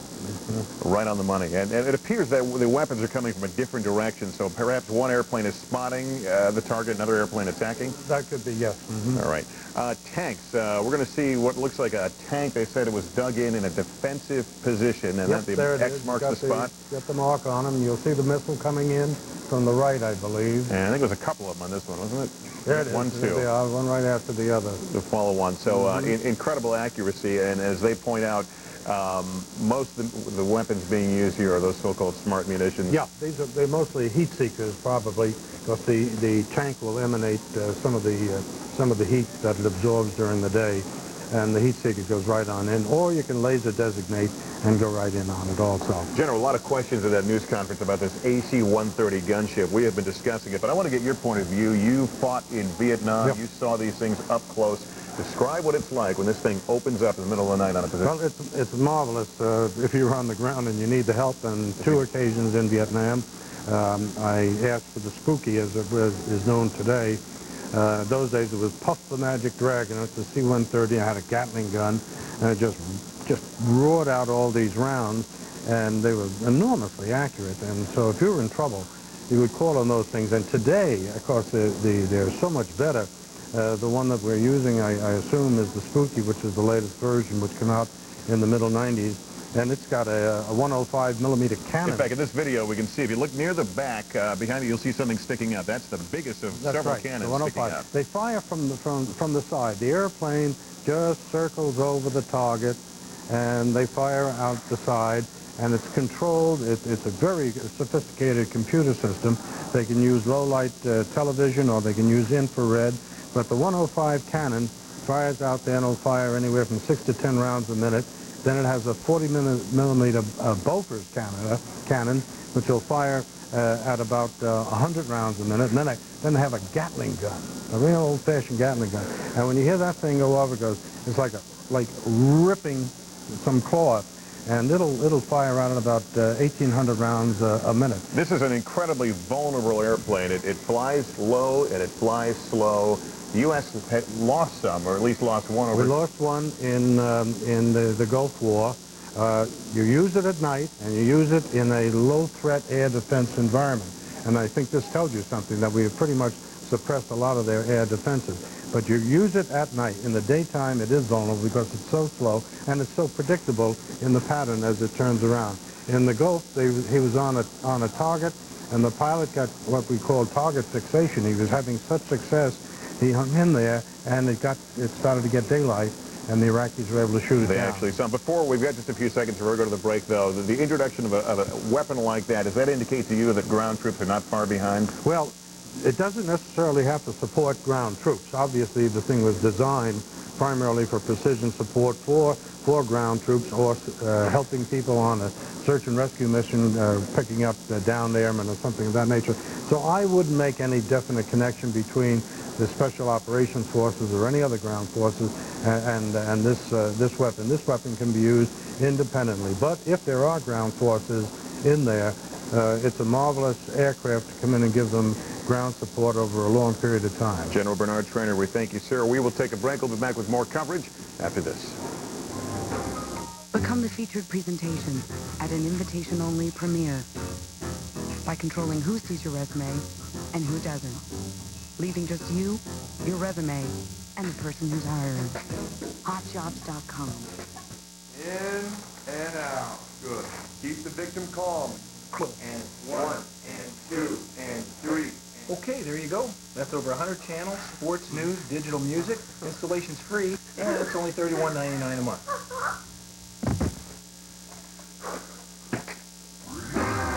Just $31.99 a month gets you over 100 channels of DirecTV programming. Right now with free professional installation. So it was the digital music that... Yeah.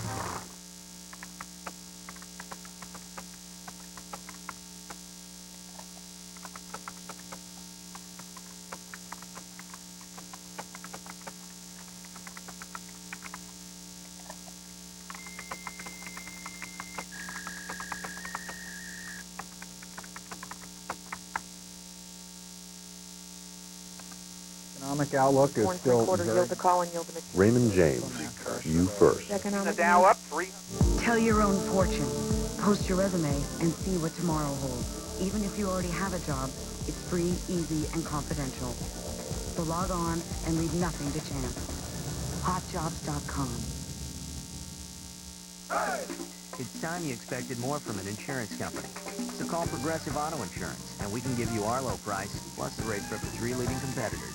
And that could save you hundreds. We want you to save money, even if it's not with us. It's time you expected an easier way to buy car insurance. Because at Progressive.com, you can get a quote and buy a policy instantly. In fact, our website is so fast and easy to use, it's been rated #1 4 times in a row. It's time you expected faster claim service. At Progressive, our immediate response vehicles can come right to you. They're like a claims office on wheels.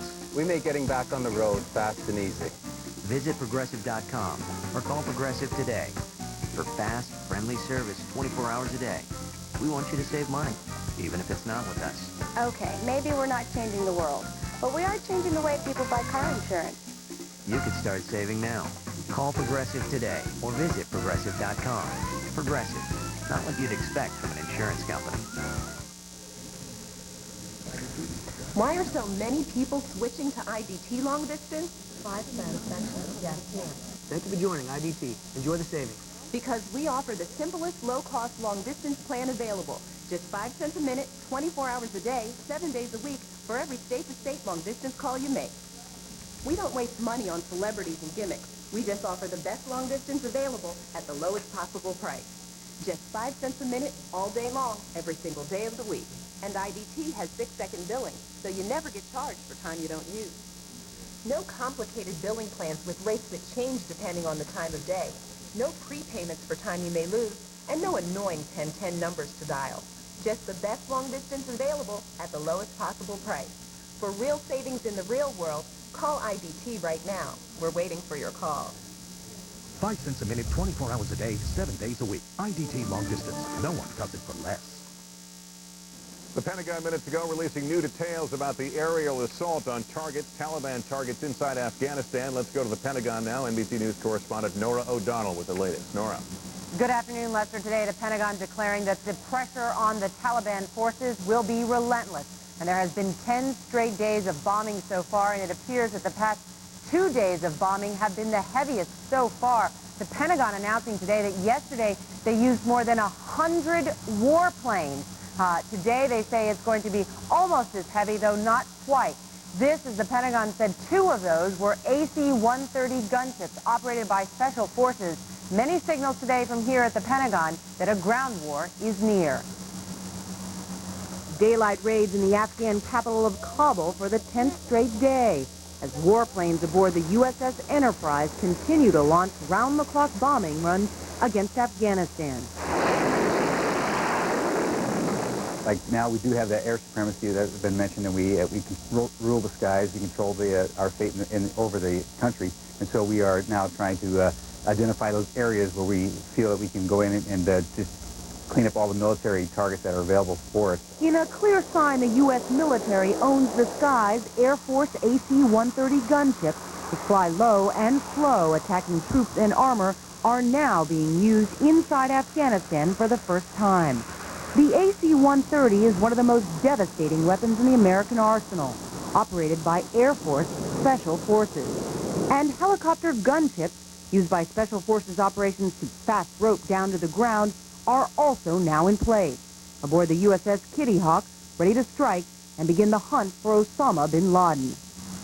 And military officials tell NBC News that those AC-130 gunships operated by Air Force Special Forces were used to hit military barracks near Kandahar. Now, Kandahar is the military stronghold of the Taliban, so we know now that the United States using these planes to fly very low and get very close to where the Taliban leadership, including where Mullah Omar, who heads up the Taliban, is suspected to be in Kandahar, suggesting, of course, these forces are getting very close to the center of this organization with some new types of firepower. One other note, Lester, here, there have been reports today out of Kabul that the United States dropped 2 bombs on a Red Cross warehouse. The Pentagon saying just moments ago that they still have no information on that. They are not able to confirm that that happened. The Red Cross, through a spokesman, says, in fact, that their building has been damaged. But the Pentagon not ready to make a comment because they have not been able to make an assessment. The word here at the Pentagon has been that in this type of conflict, it is inevitable that there will be some type of collateral damage every once in a while, but they stress they are only aiming at military and terrorist targets. Lester? NBC's Nora O'Donnell at the Pentagon. Nora, thank you. We will take a break. Our coverage of America Strikes Back resumes after this. Tonight on Business Center, since the attack, how has life and business changed in cities across America? New Orleans has sights, sounds in the upcoming Super Bowl. But how is the Big Easy holding up now? Tonight on CNBC Business Center at 6 p.m. Eastern. Even though you might not know Delphi Automotive Systems, we're probably in your garage right now. You see, chances are we're in your vehicles, having developed the first in-dash car radio and production airbag, not to mention the future innovations that will revolutionize the way you drive. With 36 countries and growing, we're practically everywhere.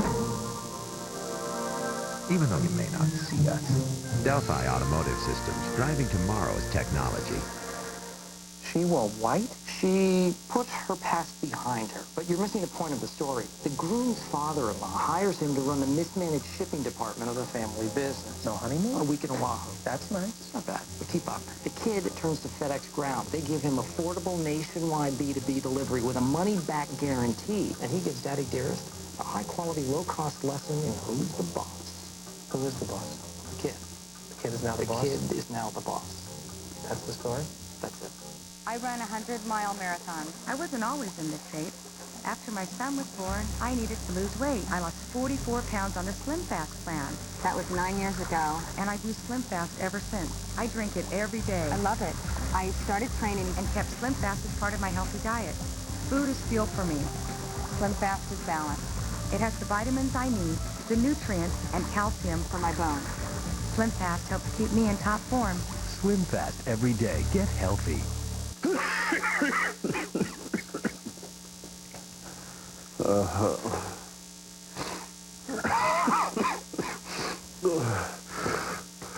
Got a cold?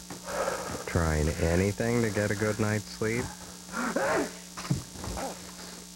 Right. You need NyQuil. The nighttime sniffling, sneezing, coughing, aching, stuffy head, fever so you can sleep better to feel better medicine. Do you need to know how to operate a computer? Hi, I'm John Scherer, CEO and founder of Video Professor. You know, our product is quick, it's easy to learn with, and you can try it for free. You know, over the years, millions of people have learned how to run their computer using our product. We get happy letters and emails every day thanking us. But the most rewarding thing for me is having people stop me on the street and tell me just how easy it was for them to learn to run their computer using our product. You know, if you just want to learn how to run a computer once and for all, save yourself a lot of time and energy, try my product. Well, let me show you how easy this is. Put your CD in the CD tray. The lesson plays right on your computer. It works just like a VCR. Just follow the step-by-step instructions. You know, I'm so confident my product will work for you, I'm going to send it to you absolutely free. The reason I'm going to do this is because I know that once you try my product, you'll come back to us for all your computer learning needs. So, try my product. Call 1-800-305-5078. Law enforcement officials are confirming similarities between the letter that contained anthrax received by Senator Tom Daschle's office and the one received earlier by NBC News. With more now, and in fact our first look at some of the crucial evidence, here's NBC News Justice correspondent Pete Williams in Washington. Pete? Well, Lester, good day to you. The Justice Department has now released copies of the envelopes of the two letters they say are similar. The letter sent to NBC News, which contained anthrax, and the letter sent to Senator Tom Daschle, which contained anthrax. Now, here are the envelopes, and there are some obvious similarities in them. These are copies of the envelopes just released, and I apologize, the one to Senator Daschle here, because it was colored, it came through in the fax machine with a little bit of noise in it. But let's look at the handwriting on both of them, on both the letters. First of all, some obvious things. In both cases, and I'm going to ask George to kind of pop back and forth here, they have similarities, and I'll just show you on one. They both are postmarked Trenton, New Jersey. They both have this kind of, I can't really tell from what this is, postage metered or pre-printed envelope, possibly postage with 34 cents. The handwriting is similar in that they both have what would be called diminutive capitals. In other words, the person writing these is not writing, and by the way, I'm just telling you what I see. It's obvious to my eye. This is not what investigators have told us. But these are not lowercase letters. If you look at the word Rockefeller here, for example, they're what people call diminutive capitals. Instead of a lowercase e, for example, it's a capital E, just smaller than the capital R. Now go down to the letter sent to Senator Daschle, and you see the same kind of style. Once again, look at the word Senator, or look at the word Daschle. That's not a lowercase n, that's not a lowercase e, that's a diminutive capital. So similar style of handwriting. The second thing is, and here we may have to see the wider shot to look at, in both cases the handwriting slants down from the left to the right. You can see that on this letter. The handwriting sort of goes downhill. It clearly goes downhill in the letter to NBC News. So for this and many other reasons, including the letters inside, which we don't yet have, the FBI says they believe these come from the same person. Now, one obvious difference is, in the letter to Senator Daschle, there is what they believe is a fictitious return address of the 4th grade at Greendale School in Franklin Park, New Jersey. Investigators have said they don't believe, obviously, the letter came from there as a phony return address. The letter to NBC News contains no return address. But the similarities are quite striking. Obviously, a heavier pen or a broader nibbed pen or felt marker or something was used for the letter to Senator Daschle. But in every respect, the handwriting seems quite similar. And today, the FBI Director, Lester, even said that the similarity of the handwriting and the similarity of the postmarks, both coming from Trenton, New Jersey, are two of the reasons that the FBI believes these letters were sent from the same person. Pete, I guess it wouldn't be a stretch to believe somebody dealing with anthrax would be using gloves. Having said that, have they fingerprinted these and found anything at all? They have fingerprinted every letter that they've gotten. We have not heard of the results. Obviously, there will be many fingerprints on pieces of mail because the letter carriers will have handled the mail sorters. I mean, if you think of how many times some different person touches a piece of mail before it's opened, there'll be, many, many fingerprints on it. So they'll have to sort through all of that. But yes, fingerprint analysis is one of the things they're doing, and we believe that that has not led them to whoever sent them. Now, what about any connection to what we've seen in Florida? Any signs of a letter there? We know that spores were found in the post office, and of course, folks have gotten sick at AMI. Do they know what letter may or may not have been received there? No, they have to assume it's a letter for this reason. There appears to be a trail of anthrax spores that lead to the AMI office in Boca Raton.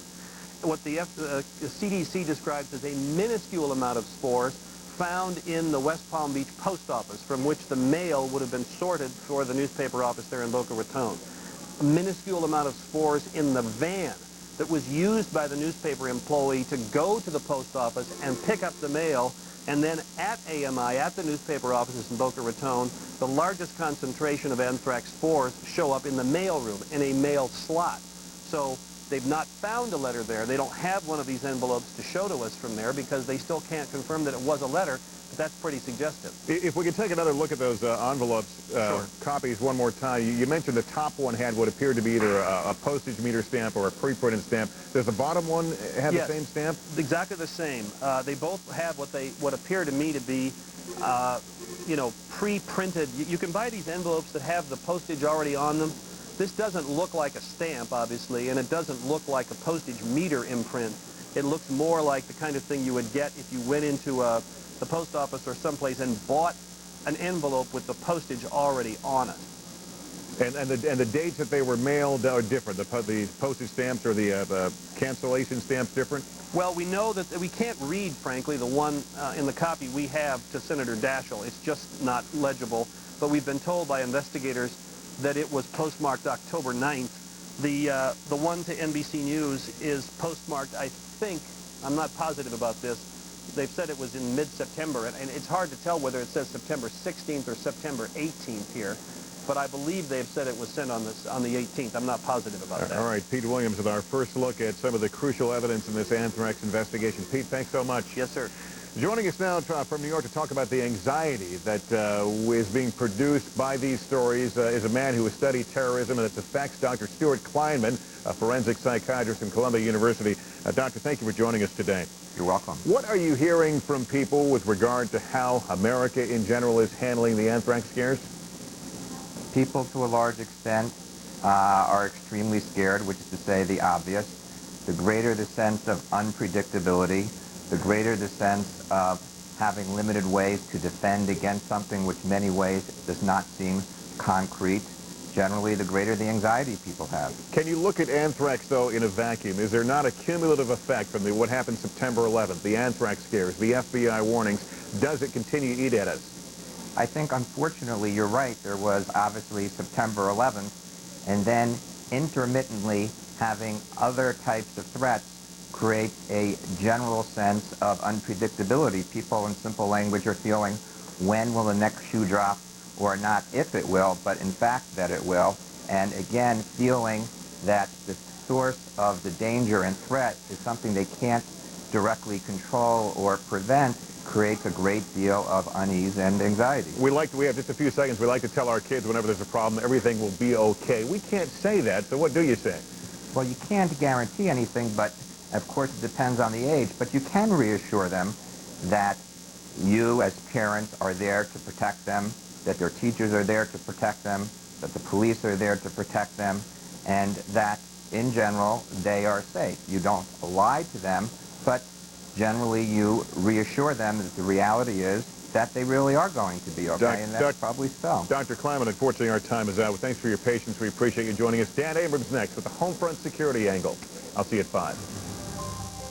It's LensCrafters' best $99 offer ever.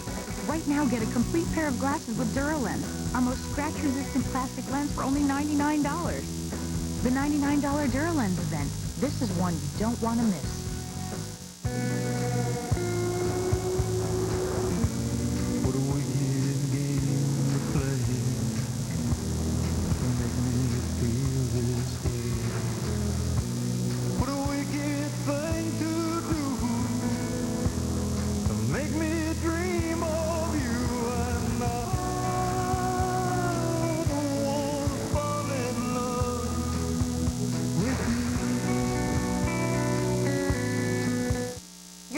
Hershey syrup to make chocolate milk?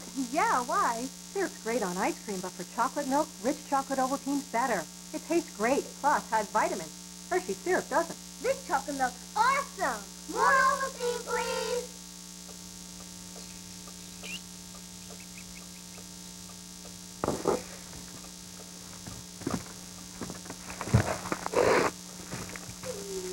Folgers Decaf.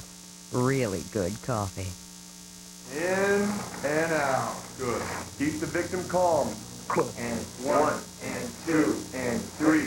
Okay, there you go. That's over 100 channels, sports, news, digital music. Installation's free, and it's only $31.99 a month.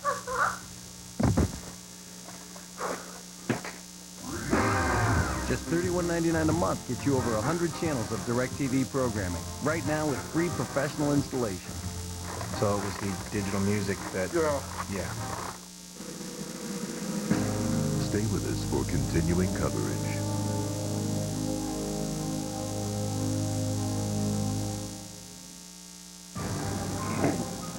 Anthrax anxiety grips the nation. More people exposed. The FBI investigates links between the letters and more phony scares, too. The FBI vows to crack down on hoaxes. New security triggers big lines and big headaches across the country. Could the answer be a national ID card? A debate coming up. So a friend of a friend said it's true. He really does know someone who warned of the attacks. Urban myths will separate the fact from fiction. And can Hollywood prevent terror? The Pentagon thinks so.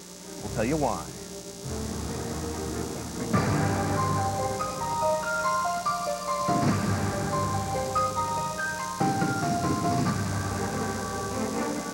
Welcome to Homefront Security. I'm Dan Abrams. During this hour and every hour at this time, we will be following all of the latest developments on the investigation of the terrorist attacks and what's happening in this country to keep Americans safe. Right now, we want to get you up to date on the latest in the investigation. No new traces of anthrax found in New York City today. The searches of mailrooms and other areas at several media outlets was ordered after the 7-month-old son of an ABC News producer contracted anthrax. We'll have more on that story in just a minute. Now, about 15 minutes ago, we learned that preliminary skin tests on the postal employees in Trenton, New Jersey, have come back negative. They're still waiting on blood tests. Trenton is where 2 of the anthrax letters were postmarked. And a Connecticut man was charged today with intentionally making false statements in connection with an anthrax hoax. He worked at the Connecticut Department of Environmental Protection, where he said he found a piece of paper with a powdery substance on it right next to his desk. He allegedly knew it was a hoax, but stood by as 800 of his co-workers were evacuated, and 12 were forced to strip down and get washed with a decontamination solution. The man eventually confessed. Now, before we go and check in with Nancy Pelosi, Congresswoman, I want to show you these pictures of the envelopes that we've just received here at NBC News. Can we put those up on the screen? There you see them. You see the comparison between the 2 letters, one to Tom Brokaw, one to Senator Tom Daschle, both of them postmarked in Trenton, New Jersey, and authorities now believe that they were sent by the same person.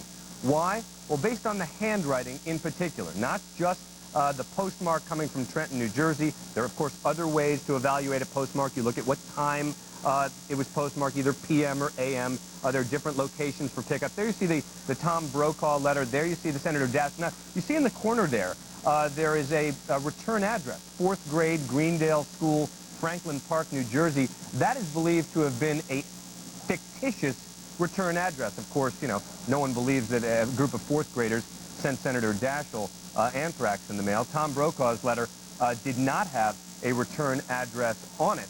But again, the handwriting there is key, the structure of the letters, the way, you know, it's not, when I say the handwriting, the fact that you see that it's all written in capital letters, but sort of smaller capital letters, showing that there is a sort of consistency between the 2 letters. I want to check in now about this anthrax story, not just about those letters, with Congresswoman Nancy Pelosi, who has just taken over as the deputy whip. She's, I'm told she is not ready yet. So let's check in with Jeannie Ohm in New York City.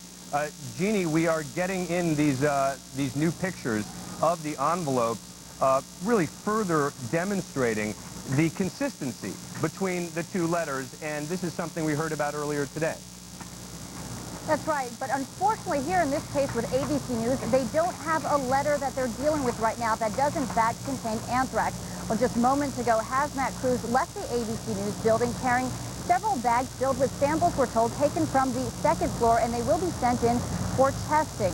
Now, a little more than an hour ago, Mayor Giuliani wrapped up his news conference and said test results back on those samples could take a while. So at this point, they have no origin for the anthrax exposure of the little 7-month-old boy.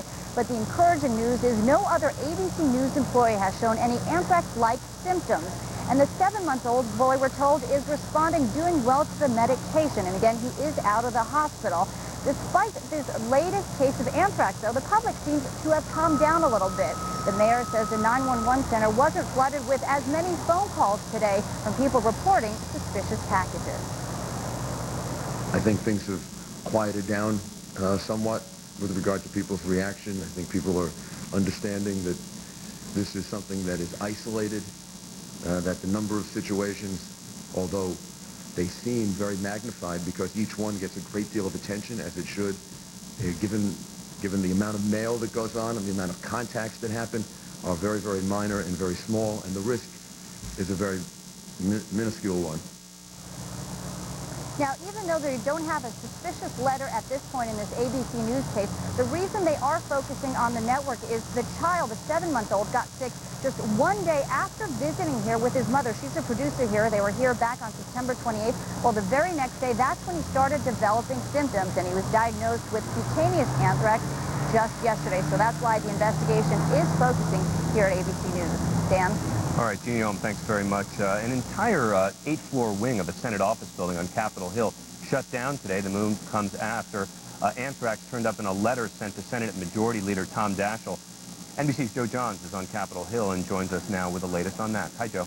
Hi, Dan. Senator Daschle called that a strong and potent form of anthrax produced by someone who apparently knew what they were doing, and he said there was a concentration of spores that appeared to be significant. We take that to mean this was really strong stuff sent to his office. He said a lot of other things in a news conference a little while ago, including repeating that it is his understanding that all of the tests on his staffers who were present when that package was opened turned out to be negative. Now, the doctors here at the Capitol say they're not so sure. They say they have to wait for tests to determine whether anyone was exposed, and those tests, they tell us, haven't come back yet. So that's still a mystery. Senator Daschle and Senator Trent Lott, the Republican leader, both out in front today trying to get the Capitol back to something that resembles normal.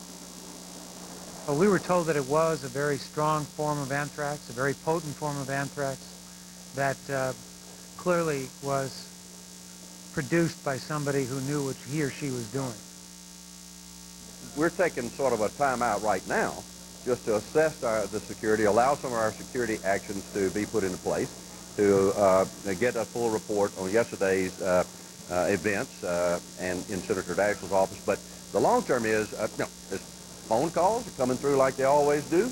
There'll be a temporary pullback of the mail until they get the process worked out. But we're going to continue to deal with our computers, emails, and with our mail, and we're not going to let this affect our freedoms in America. Meanwhile, the investigation, of course, continues here on Capitol Hill and elsewhere. A lot of people a little bit jittery, as you might expect. Still, they're trying to get the Capitol back to normal. Dan, back to you. All right, Joe, thanks a lot. Now we go to Florida, where Governor Jeb Bush held a news conference to clarify some reports about anthrax cases in that state. And there we're joined by NBC's Frederica Whitfield in Boca Raton with the latest. Hey, Frederica. Hi there, Dan. Well, just moments ago, the Florida Governor Jeb Bush, along with the state's Health Department Secretary, Dr. John Agwanobi, tried to clarify just how many people in Florida have indeed tested positive for exposure to anthrax and how many actually have the disease. According to Dr. Agwanobi, which earlier today made some remarks that were consistent with a CDC report that was released earlier today, only 3 people have tested positive in this state for exposure to anthrax. Those 3 people worked in the American Media Incorporated building, one of whom, the photo editor, Bob Stevens, died of inhalation anthrax exposure and the disease. Earlier, it had been reported that AMI worker Ernie Blanco, who is currently being hospitalized in Miami, It had been reported that he was a second confirmed case of anthrax disease, but Dr. Aguinobi, as well as the CDC, is saying that is not so, that he is still considered a patient who was exposed to anthrax, but there is no scientific evidence to substantiate the claim that he has been infected with the disease. Earlier, both Aguinobi and Bush spoke together, and let's listen to them now. There's only one individual that has clinical symptoms of anthrax, or had, poor Mr. Stevens. We do know that for a fact. What we do know is that there are 3 individuals in whom we did find anthrax, the bacterium. What we don't know is whether there's anyone else involved. We have looked and we have not found any other anthrax in any other individual as of today. And it would be completely inappropriate to make statements about work in progress until these tests are complete. And that's the point I think that's important to recognize. People's fears are raised when there's wild speculation. And in reference, Dan, to the other 5 AMI workers who were reportedly carrying the antibodies to anthrax bacteria, according to the preliminary test results of the first set of blood tests, they will still be giving a second round of blood samples, according to Dr. Aguinobi. He reemphasized that it takes 2 sets of blood samples taken at least 7 days apart in order to constitute one complete blood test for anthrax exposure. That will still be taking place, and it could be at least yet another week before we hear results from that test. Dan? All right, Frederica Whitfield, thanks very much. And I should just point out that later in the program, we'll talk about any possible links to the hijackers based in Florida and New Jersey. But right now on Capitol Hill, the anxiety over anthrax is more than just political, it's personal, with hazmat crews paying visits to a number of sites in the past week. Joining us now is Congresswoman Nancy Pelosi of California, the newly elected Deputy Democratic Whip of the House, making her the highest-ranking woman in that chamber. Thanks very much. Let the record show that that is the House Democratic Whip, the House not deputy. All right, thank you. Thank you for the correction. It's only a 200-year difference, but anyway. Not important now in light of what is going on here, these acts of terrorism, that's for sure. Why don't you give us a sense of what the mood is like in Washington, D.C. right now? Are the lawmakers sort of taking it in stride? I think the mood is one of resolve. Certainly the goal of the terrorists is to instill fear. They have murdered one person already, as we know, in Florida. But that's not their goal. Their goal is to instill fear among others. And with the proper precautions that are now being taken, and some that were already underway, we will conduct our business for the American people in a very, very straightforward way without being cowed by these terrorists. Let's say I'm a constituent, and I come to you and I say, look, you know, I'm scared, and I want to know what I should do, and I want to know what the government is going to do to protect me. What do you say? Well, we're all on new territory now, as you know. One of the comforts, if there is such a thing in anthrax, is that it is not contagious the way smallpox or some other bacterium might be. But we have to tell people that we are taking the precautions necessary. We are moving forward with the antidotes to this. It will cost a great deal of money, but a small price to pay.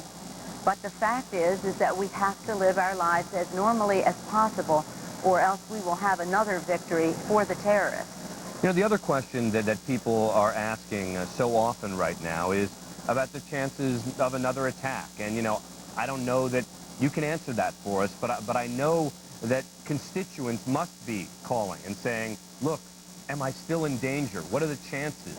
How do you respond to that?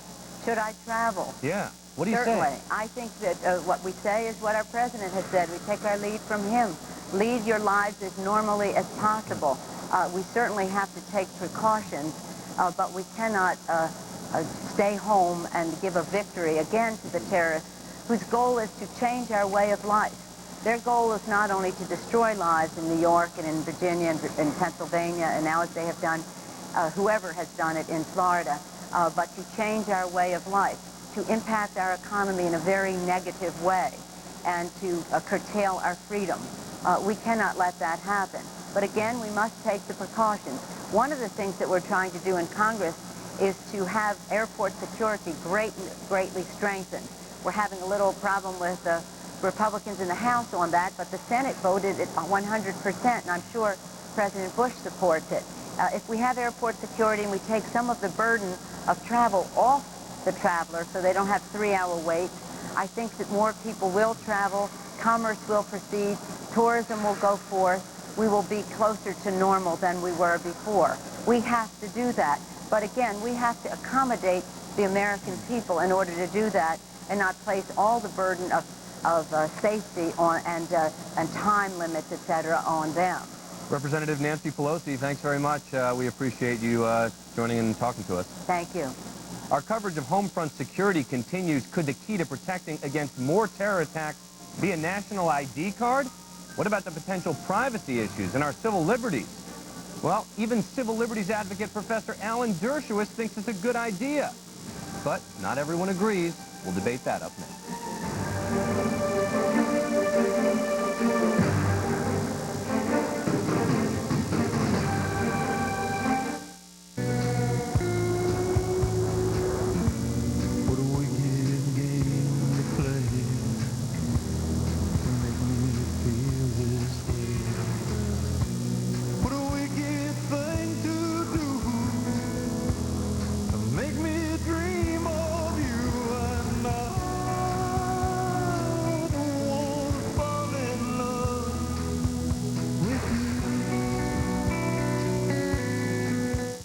One company provides total document solutions for business. Yes, sir. One company offers digital copiers that scan, print, fax, and finish. Yes, sir. One company makes the most earth-friendly printers and copiers on the planet. Yes, sir. One company has a printer drum that lasts 30 times longer. Yes, sir. One company. Kyocera Mita.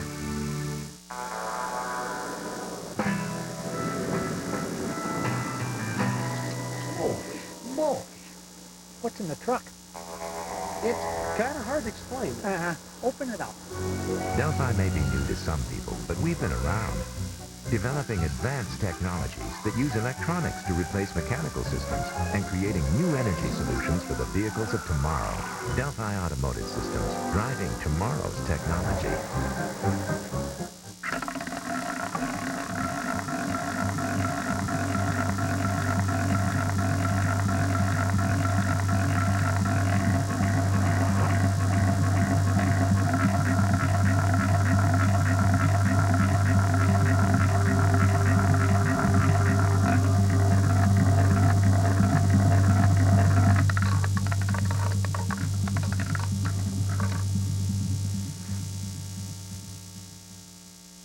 Clarinet is part of my life, and it's always come easy for me. Then a few years ago, I started having breathing problems. So this became a part of my life. But I never could get the hang of it. It just wasn't working for me. So my doctor took me off the inhaler and put me on a nebulizer. And you know what? It works great. And Medicare covers it. What's even better is this company called Liberty Home Pharmacy. They delivered a nebulizer and my medication right to my door. Hundreds of thousands of people trust Liberty. Liberty's a Medicare provider, so they bill Medicare and your insurance company for you. That means no upfront costs and no claim forms to fill out, and delivery's free. Liberty's staff of specialists is on call for you 24 hours a day, 7 days a week. One call to Liberty can help make following your doctor's orders a lot easier. My breathing problem is something I have to deal with. But not having to deal with all the rest of it, well, that gives me time to enjoy the sweeter things in life. For more information, call toll-free 1-800-711-7972. The 4,000-mile-long border between the U.S. and Canada has come under a lot of scrutiny since the attack. U.S. officials want to ensure it's not an open door for terrorists. In 1999, Ahmed Rassam, an Algerian caught with a carload of explosives while crossing the border, was later convicted on charges of plotting to blow up Los Angeles International Airport as part of a Millennium Terror campaign. It's suspected that terrorists from dozens of worldwide cells are hiding out in Canada, so now our neighbor to the north is cracking down on immigration. They will issue new plastic photo IDs for all new immigrants coming into Canada. They hope the new immigration card will be difficult to duplicate, which Canadian officials admit isn't the case with current paperwork system. Excuse me. Another way to tighten up security is the issuance of a national ID card for all citizens. Long a part of life in many European countries, Americans, though, have often shunned it as sort of intrusive. But September 11th may have changed that. A poll conducted by the Pew Research Center after the attack shows that 70% of Americans surveyed favor national ID cards as a way to curb terrorism. But how would a system work? And would it compromise our right to privacy? Well, joining me to discuss this are Harvard Law School professor Alan Dershowitz and Robert Levy, senior fellow for constitutional studies at the Cato Institute. Mr. Levy, let me just start with you. What is the problem? I mean, I think some people will see this and they'll say, huh, sounds like a pretty good idea. It's not a good idea at all. It's a harebrained notion dreamed up by Professor Dershowitz, but I must say he has some support. We have Representative Johnson, a Republican of Connecticut, that says that she may even introduce a bill in Congress that requires fingerprints or retinal scans. Of course, Professor Dershowitz understands that there's no way that this could be compatible with civil liberties, so he has a new wrinkle to suggest. He would make this ID card, this national ID card, voluntary. But you ask yourself, I mean, who is it that's going to volunteer for this card? It's certainly not the terrorists. Imagine Osama bin Laden standing in line waiting to sign up for his national ID card. It's like voluntary gun registration. The criminals are not going to sign up. And you can be sure of one thing. As soon as the voluntary system Mr. Levy, wait a sec. not working, wait, Mr. Levy, that's not the point. Wait. But the issue of being voluntary, the point is not whether Osama bin Laden is going to line up for a card. The issue is that if he doesn't, that then people will be able to ask questions that you won't ask to someone who signs up for the card. If he doesn't sign up for the card, he will get somebody else who has signed up for the card to do his dirty work for him. Alan Dershowitz, go ahead. Well, I think it's a tough issue, and for years I was instinctively opposed to national ID cards because South Africa and other repressive regimes used it.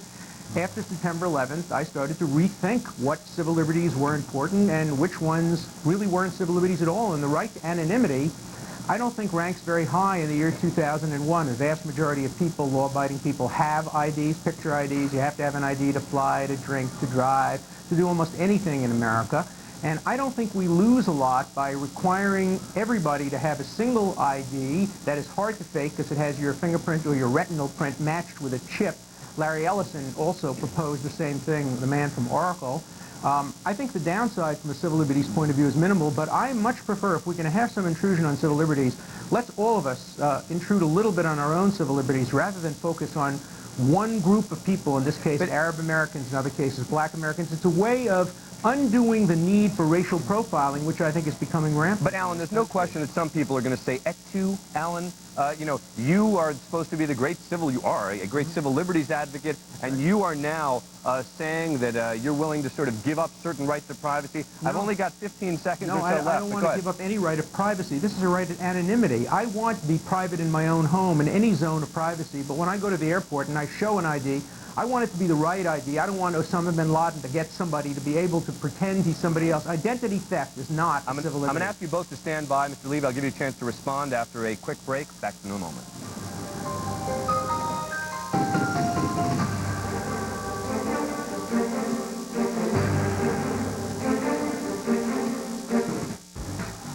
Hold on to your seats.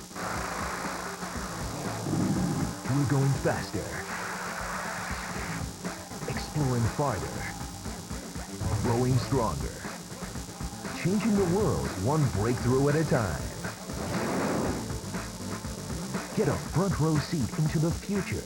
Tech TV presents Tomorrow's World. Weeknights at 9:30, 8:30 Central, only on Tech TV's Tech Prime. You're watching MSNBC. Fourth and goal. No time for trick plays. You go with what's proven. Same goes for investing. At Oppenheimer Funds, we see past the hype and look for companies with solid earnings.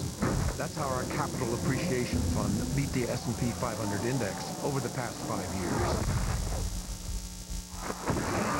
Oppenheimer Funds, the right way to invest. Want to try that triple X? What the heck? I got supplemental insurance. What's that? That's what! A what? No, that something insurance.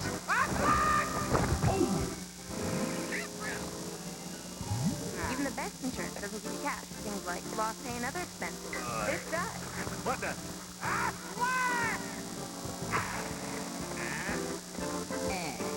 Aflac. Ask about it at work. What a wicked game to play to make me feel this way. What a wicked thing to do to make me dream of you, and I don't want to fall in love with you.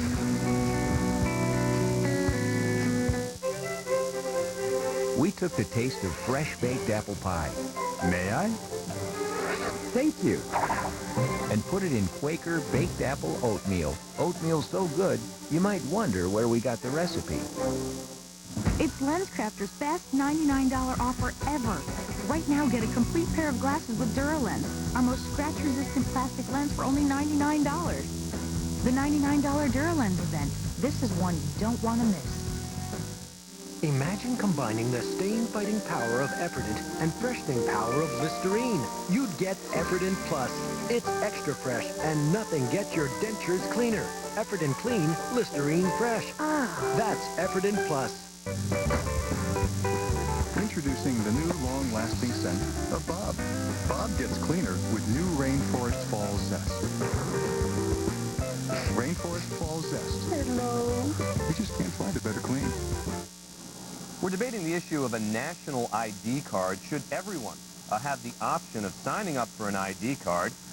If you do, you'd be able to go through airports faster and other security stop points. But if you don't, well, you might be asked a few more questions. I'm joined by Alan Dershowitz and Robert Levy. Mr. Levy, you had made a reference to Alan Dershowitz's op-ed piece. Let me just read a little section of it and give you a chance to respond. In his op-ed piece, Alan Dershowitz in the New York Times said, anyone who had the card would be allowed to pass through airports or building security much more expeditiously, and anyone who opted out could be examined more closely. Professor Dershowitz just told us that he doesn't really think that you're violating any constitutional rights. Well, let me tell you what the Supreme Court has said about the right to anonymity. It says anonymity is a shield from the tyranny of the majority. It exemplifies the purpose behind the Bill of Rights and the First Amendment to protect unpopular individuals from retaliation. I don't think I've ever heard a more out of. I don't think I've. And you can go. I don't think I've ever heard a more out of context quote. That's what the court has said about anonymity.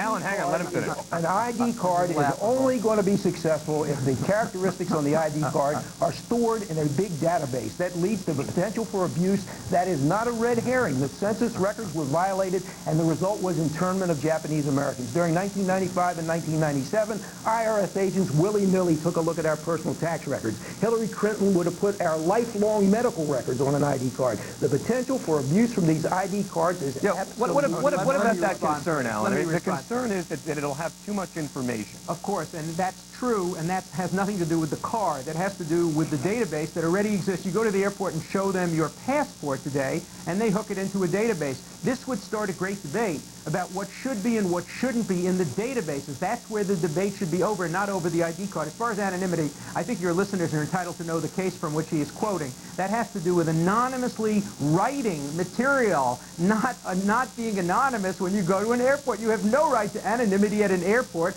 or a big government building. You have to show a card. But the question is, do you have to show a real card that can be checked against your fingerprint, or can you use one of these phony cards that some of these terrorists use with fake IDs, in which 16-year-old kids use to buy liquor every day? The anonymity of the First Amendment, which I certainly favor, has absolutely nothing to do with the right to live in Walden Pond as an anonymous Thoreau. Today at Walden Pond, you have to show identification to get in because it's owned by the government. Gentlemen, right of anonymity. gotta cut it off, gentlemen. I'm sorry, I'm out of time. Mr. Levy, Professor Dershowitz, thanks very much for joining us. It's an important issue. We'll continue to talk about it. Our coverage of Homefront Security continues in a moment. Tough questions, honest answers. Direct from Washington, Chris Matthews' up-to-the-minute analysis as America strikes back. Weeknights at 7 on MSNBC. Attention all Americans who need prescription drugs. Look how much you can save when you get a prescription filled with the People's Prescription Plan. Prilosec. Save $14.92 per prescription. Zocor, $12.25. Vioxx, $11.57. Lipitor, And savings on so many more. For just $7.95 a month, this valuable plan covers your whole household with no limits on use. In fact, you can see how it can more than pay for itself the very first time you use it, and how the savings can really add up. You'll also save on eyewear, hearing aids, and more at over 50,000 locations nationwide. As a special offer, call now and pay just $2.95 for your first month, a savings of $5 off the regular price. Plus, your satisfaction is guaranteed or your money back. There are no claim forms. You save right on the spot. So for big savings when you need a prescription filled, get the People's Prescription Plan today. Call 1-800-614-3434 for free information on the People's Prescription Plan. 1-800-614-3434.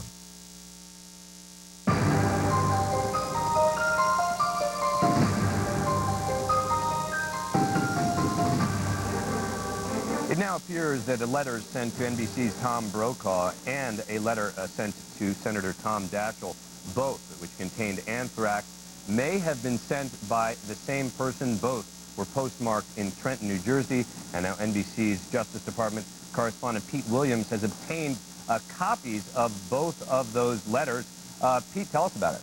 Well, the Justice Department has just handed these out, Dan, and not only are the postmarks the same, the Justice Department says, the FBI says, but the handwriting is very similar on the envelopes. Now, these are just the envelopes they've released, not the letters themselves, but here's what's obvious when you look at them. The handwriting is very similar, and if you look at the couple of things about them, first of all, the letters in both of them slant down. They sort of go downhill in both of them.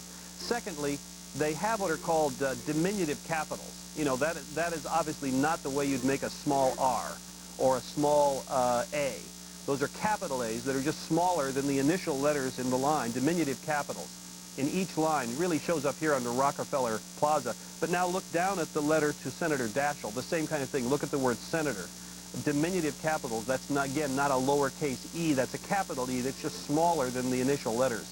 And again, the letters slant down from left to right. So apparently written by the same person. Another resemblance, in both of the envelopes, there is this pre-printed postage that is on the envelope itself. It's not a stamp, it's not a postage meter, it's pre-printed. You buy the envelope and it already has the postage printed on it, and it's the same thing in the letter to NBC News and in the letter to Senator Daschle. It's not very clear in this one, but it's obviously the same thing, and it shows up a little better in the reproductions that the FBI has given us. Same postmarks in both, and while the letter to Senator Daschle has a return address that is supposed to be the 4th grade of Greendale School in Franklin Park, Justice Department officials say this is a fictitious address.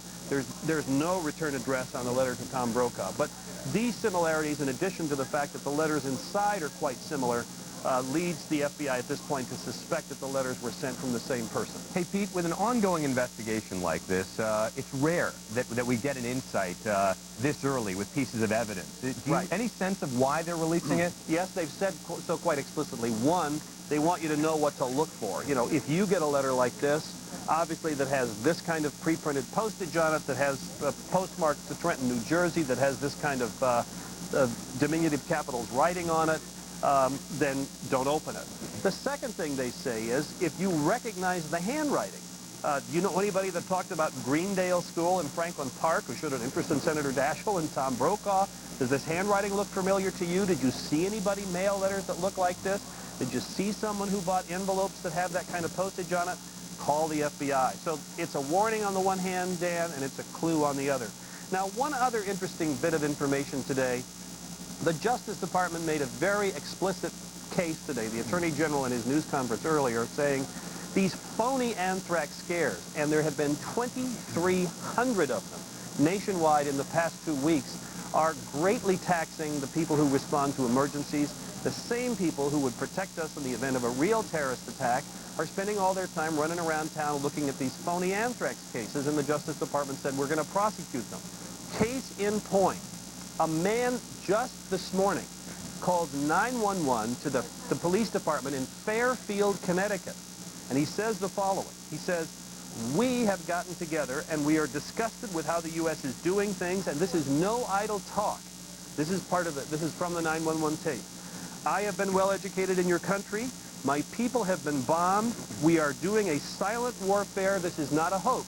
And then he goes on to say that 3 public courthouses in Connecticut are going to be dusted with biological agents. Now, here's the extraordinary thing that happens here, Dan, and you will know from covering law enforcement how seldom this happens. They traced the phone call to a payphone in the Staples Shopping Center in Fairfield. They put out a radio call. A patrolman happens to be near. He looks up, and he sees the man hanging up the payphone. Wow. He is arrested on the spot. He is charged in court with a very serious federal statute. I don't know that this has ever been used before. It's very seldom used. If you want to look it up in your book, Dan, it's 18 U.S. Code 2332A. It's threatening to use a weapon of mass destruction, maximum sentence, life in prison. Wow, that is a interesting story. Well, we're glad that this guy got caught. Pete Williams, okay. Thanks very much, as always, for that report. Certainly some interesting information, as always, coming from Pete. The FBI said today there's no clear sign that terrorists are behind the anthrax incident, but there's no doubt investigators are looking more closely at a possible link. They initially thought that the case in Florida, that first anthrax case, was an isolated incident. But detectives are now looking at the hijackers.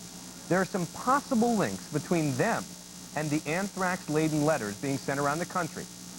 Trenton, New Jersey, was the postmark on the letter sent to NBC in New York, and the one sent to Senator Tom Daschle's office in Washington as well. The hijackers had strong ties to New Jersey. At least 4 of them rented an apartment in Paterson.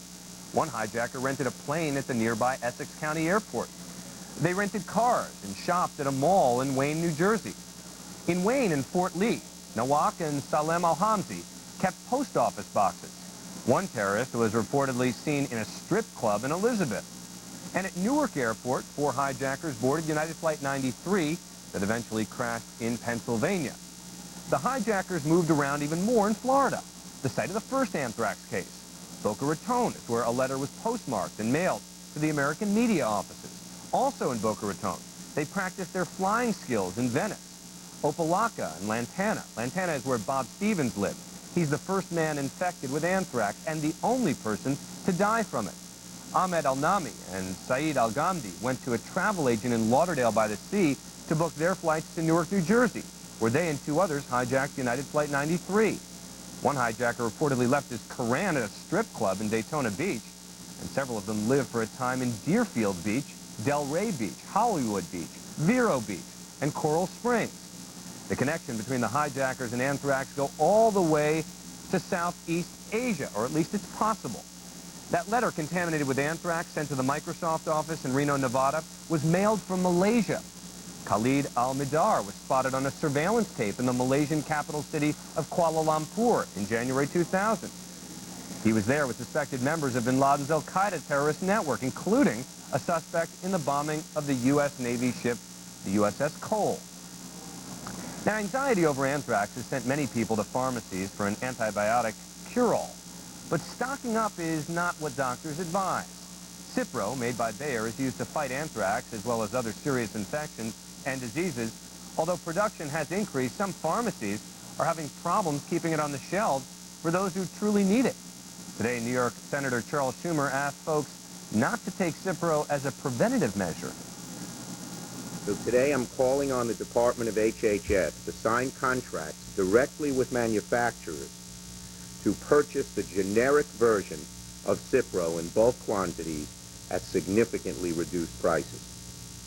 Let me emphasize that this is a step I believe we should take out of an excess of caution.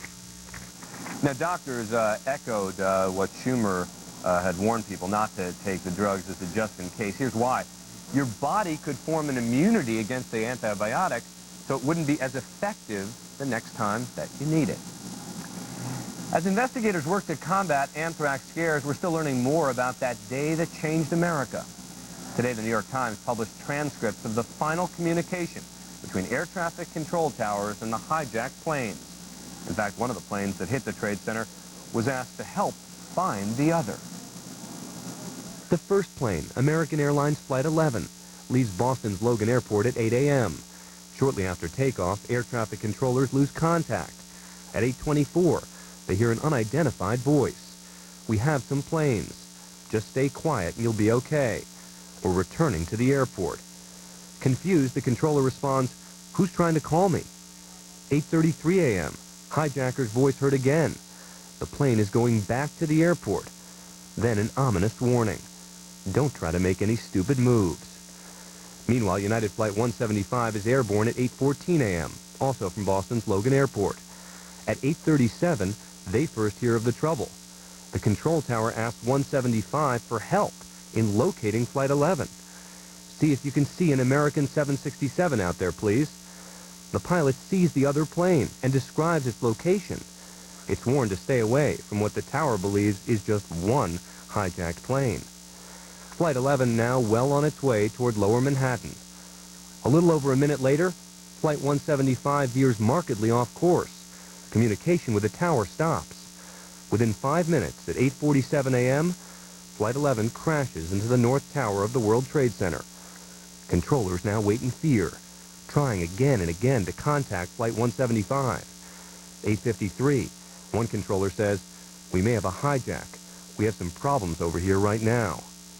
10 minutes later, at 9:03, United Flight 175 crashes into the South Tower. And the havoc in the air continued. American Flight 77, which took off from Washington, crashed into the southwest side of the Pentagon at 9:38. And at 10:06 a.m., United Flight 93 crashed in southern Pennsylvania. Can never get over seeing those pictures. Our coverage of Homefront security continues. The tragedy in Lower Manhattan brought out the best in most people, but for some, it's been an opportunity to try to pull off a hoax. It's causing headaches for law enforcement and panic among some people. A look at that up next. And what could Osama bin Laden have in common with Sesame Street? You've got to see this to believe it. Coming up. Sunday on an all-new MSNBC National Geographic Explorer, the Middle East and Central Asia, a world most Americans know very little about. Now see inside as never before, through the eyes of 3 special National Geographic photographers. Assignment Egypt. Sunday at 8, only on MSNBC. You know that we've been up half the night? No, you're bunnies. You need NyQuil, the nighttime sniffling, sneezing, coughing, aching, stuffy head fever so you can sleep better to feel better medicine. Okay. Small business software, $500. Coming up. Small business seminar, $300. Small business supplies, $90. Leaving work early to use your reward points, priceless. MasterCard Business Bonuses let you earn points to use anywhere you see our logo. There are some things money can't buy. For everything else, there's MasterCard. The stock market. A year ago, it was how high is high. Now everyone's asking where's the bottom. Janice has gotten through tough times the same way we've gotten ahead, picking stocks one at a time, looking for opportunities for over 30 years. Janice is looking right now to be in the right place when a downturn turns into a better day. Get there. Janice Mutual Funds.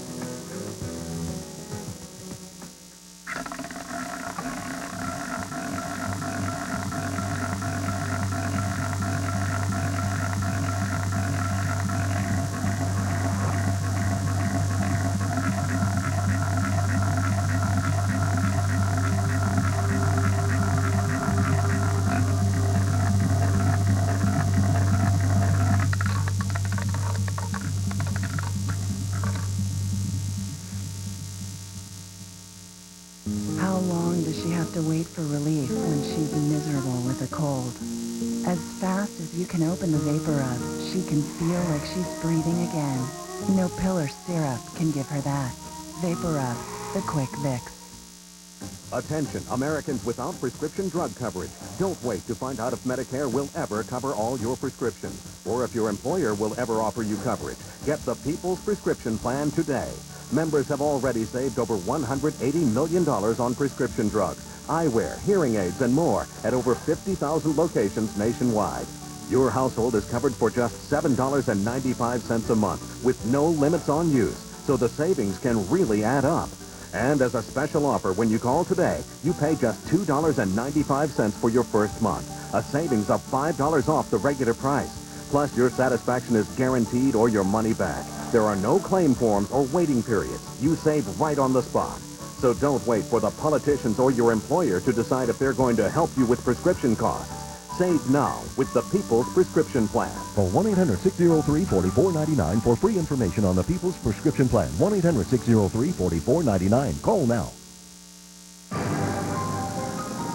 Tragedies as enormous as the one on September 11th often produce hundreds of rumors, often with just enough credibility to seem true.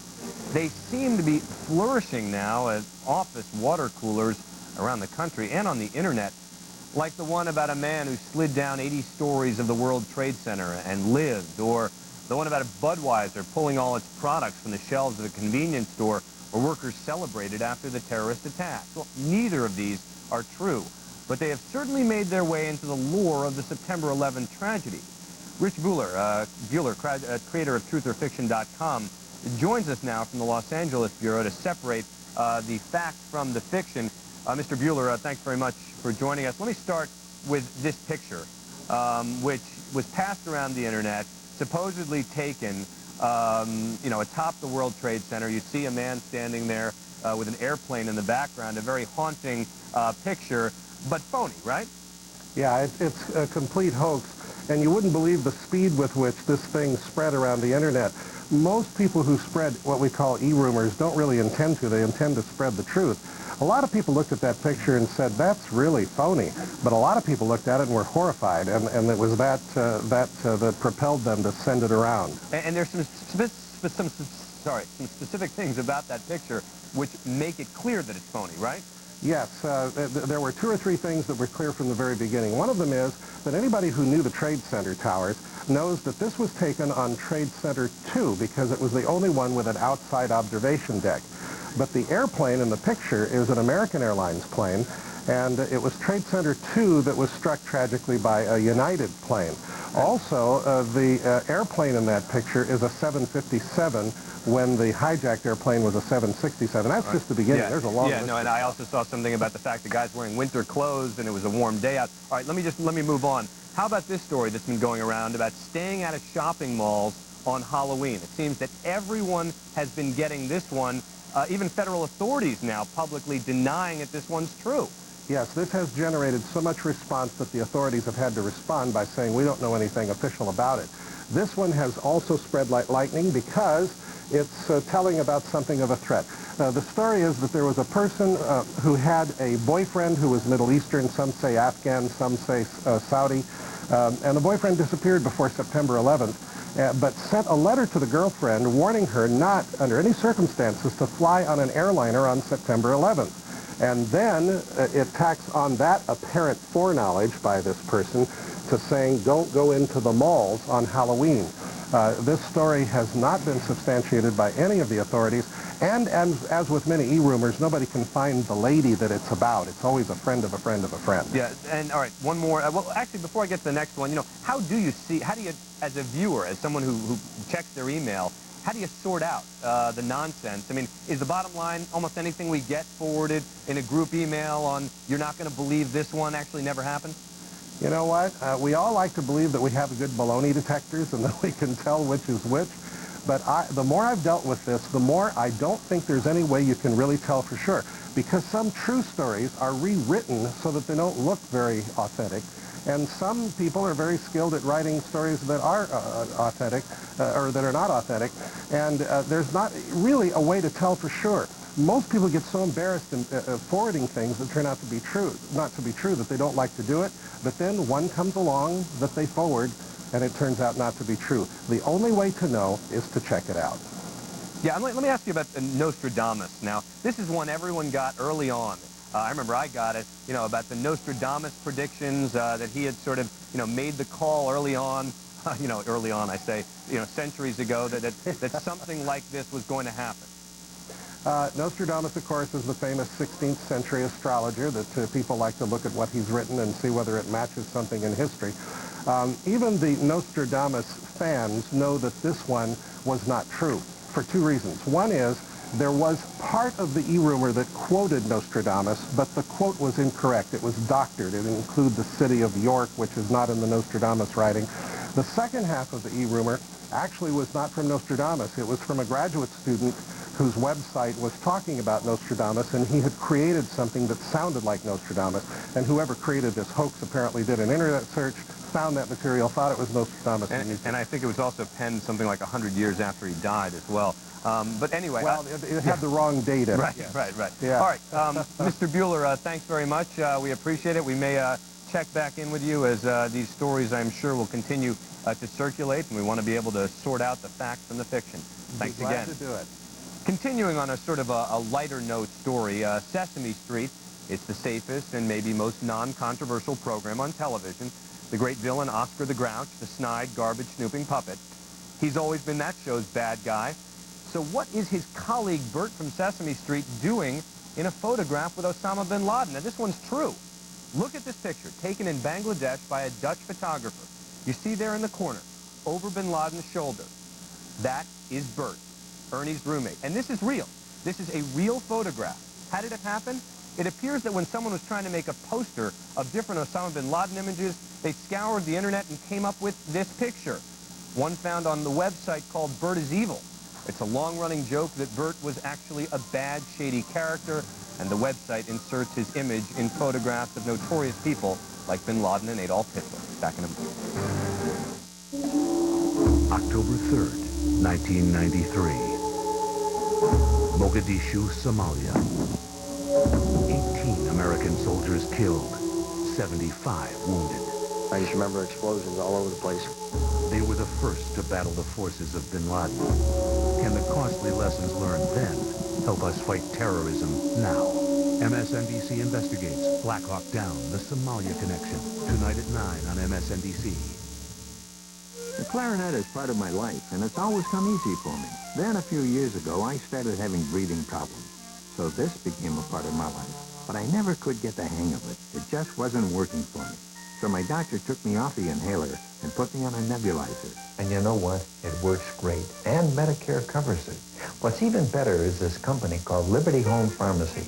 They delivered a nebulizer and my medication right to my door. Hundreds of thousands of people trust Liberty. Liberty's a Medicare provider, so they bill Medicare and your insurance company for you. That means no upfront costs and no claim forms to fill out, and delivery's free. Liberty's staff of specialists is on call for you 24 hours a day, 7 days a week. One call to Liberty can help make following your doctor's orders a lot easier. My breathing problem is something I have to deal with. But not having to deal with all the rest of it, well, that gives me time to enjoy the sweeter things in life. For more information, call toll-free 1-800-711-7972. You may know Delphi Automotive Systems is in your car. Happy anniversary. Honey? But how would you like a glimpse of what we're developing for tomorrow? Take a look at our communication systems, where we're bringing the internet, even email, into your next vehicle. And our advanced vehicle dynamics will give drivers greater control. Have a nice evening. Delphi Automotive Systems, driving tomorrow's technology. Are you going to stay out here all night? In and out. Good. Keep the victim calm. And 1, and 2, and 3. Okay, there you go. That's over 100 channels, sports, news, digital music. Installation's free, and it's only $31.99 a month.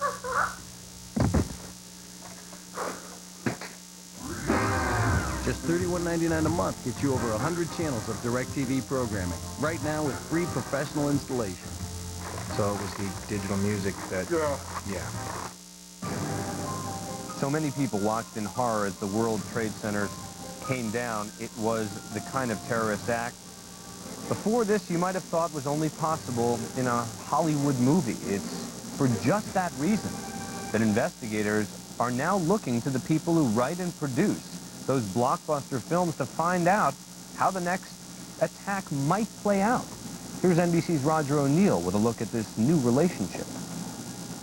It had to be, so many thought, a scene right out of Hollywood. It looked like a movie. I mean, I can't describe it any other way. And everybody started running. I couldn't believe it. This was like a movie. A movie it wasn't. But now the Pentagon is asking the movie makers to think up other plots, other targets, and how terrorists could carry them out. These people are helping develop some scenarios based on putting themselves in the minds of our adversaries. In the California resort of Marina del Rey, Military planners have secretly met here 3 times with a hand-picked group of Hollywood writers, producers, and directors.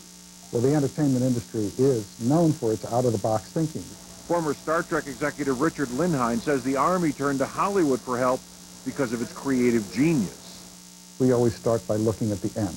What's the goal? What do we want to accomplish? What's the image we want to deliver on the screen? And that's quite different from the military, who generally start at the other end, saying, what are the specifications that we need? What's the problem? The Pentagon is using the resources of the Institute for Creative Thinking. With an Army contract, it's been developing virtual reality training films. Out-of-the-box thinking has a long history of coming true. 30 years ago in Star Trek, the flip phone. In China Syndrome, the meltdown of a nuclear power plant. In both cases, in the movies, before real life. Writer-producer Stephen Cannell is an out-of-the-box thinker. Hollywood thought tends to be rogue thought. It tends to be creative. It tends to be, you're constantly looking for something that's never been done before. While the Pentagon is closely guarding this Hollywood list of possible targets, filmmakers say if you're going to try to change the future, you have to first imagine. Roger O'Neill, NBC News, Los Angeles. That wraps it up for me. I'll see you back here at the same time tomorrow for MSNBC's hour-long focus on home front security. A look at safety here in the U.S. and what's being done abroad to bring the terrorists to justice. Lester Holt continues our coverage of America Strikes Back. Up next. I'm Pat O'Brien. And I'm Nancy O'Dell. For the absolute latest in entertainment news, watch Access Hollywood. This week, we're on the set of Third Watch as the show pays homage to New York's cops, paramedics, and firefighters. Plus, Billy Crystal on the future of the Oscars and what role he'll play. It's all this week on Access Hollywood. Check your local listings for time and station in your area. Somalia, 1993. The first American soldiers to battle the forces of bin Laden. I just remember explosions all over the place. Can the costly lessons learned then help us fight terrorism now? MSNBC investigates Black Hawk Down, the Somalia Connection. Tonight at 9 on MSNBC. America is getting back to work. But now we have a bigger job to do. We have to work a little harder, stand a little taller, be a little stronger in our resolve to show the world that nothing can destroy the foundations of freedom. Together, we have the strength to get the job done. Everyone knows Santa Claus, but behind the magic is a massive global operation. We work with UPS to bring in raw materials, produce goods, wrapping paper, ground, overnight, international, you name it. Just this morning, I had a shipment of candy canes stuck in customs in Belgium. And one call to my UPS man straightened the whole thing out. There have been instances where the naughty got toys and the nice got coal. But it's not going to happen on my watch. After 26 years of marriage, Tom and I realized we're a little different from each other. We do everything together, but each in our own way. Except for one thing. For aspirin therapy, our doctor says we should both take the same dose, a single 81 milligram St. Joseph aspirin. The dosage doctors recommend most for aspirin therapy, because too much aspirin just isn't a good idea. For anybody, St. Joseph aspirin. Trust it with all your heart.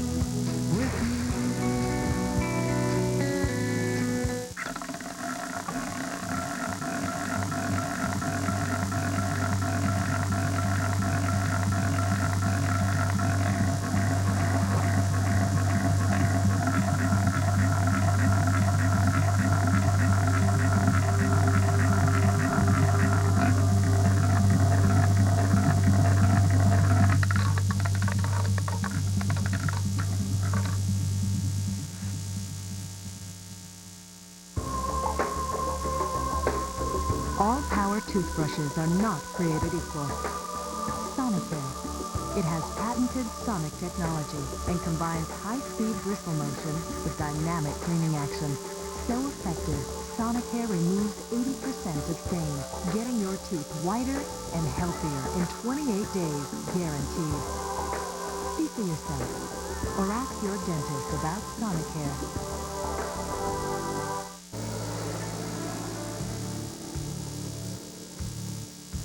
Radar Loop this afternoon shows much of the country enjoying dry weather, but a small but intense storm is causing rain across the Ohio Valley and eastern Great Lakes. Now it'll be heading northeastward. Here is the AccuWeather forecast. Good travel weather for Atlanta the rest of the day. Chicago, mostly cloudy, windy, but it's dry. Cleveland will see some occasional rain. Philadelphia and Washington, D.C., it'll be dry this afternoon, but probably we'll see a couple of showers this evening.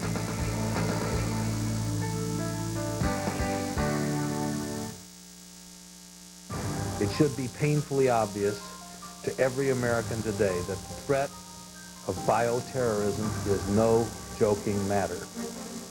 For the victims and emergency personnel who are called on to respond, every threat of terrorism is real. The perpetrators of terrorist hoaxes should know that the penalties for their crimes are real as well. Bioterror anxiety and frustration rock the nation as hundreds of people in New York and Washington await testing results for anthrax. This as U.S. forces use their most feared weapons to date against the Taliban and Osama bin Laden. Our coverage continues right now. I'm Nora O'Donnell at the Pentagon, day 10 in the bombing campaign, and now defense officials confirm they're using special forces in Afghanistan. Congressional staffers lining up to get tested for exposure to anthrax. I'm Joe Johns on Capitol Hill. I'll have a report.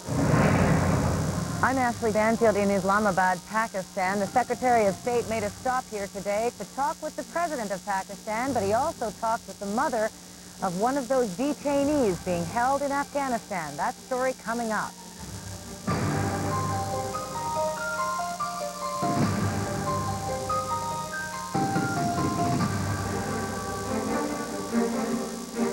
Good day, everyone. Welcome back to MSNBC's continuing coverage of America Strikes Back. I'm Lester Holt. At 5 p.m. Eastern, 2 Pacific, 1:30 a.m. Wednesday in Afghanistan. Here are the latest developments. Copies of the envelopes mailed to NBC's Tom Brokaw and Senate Majority Leader Tom Daschle have now been released by the Justice Department.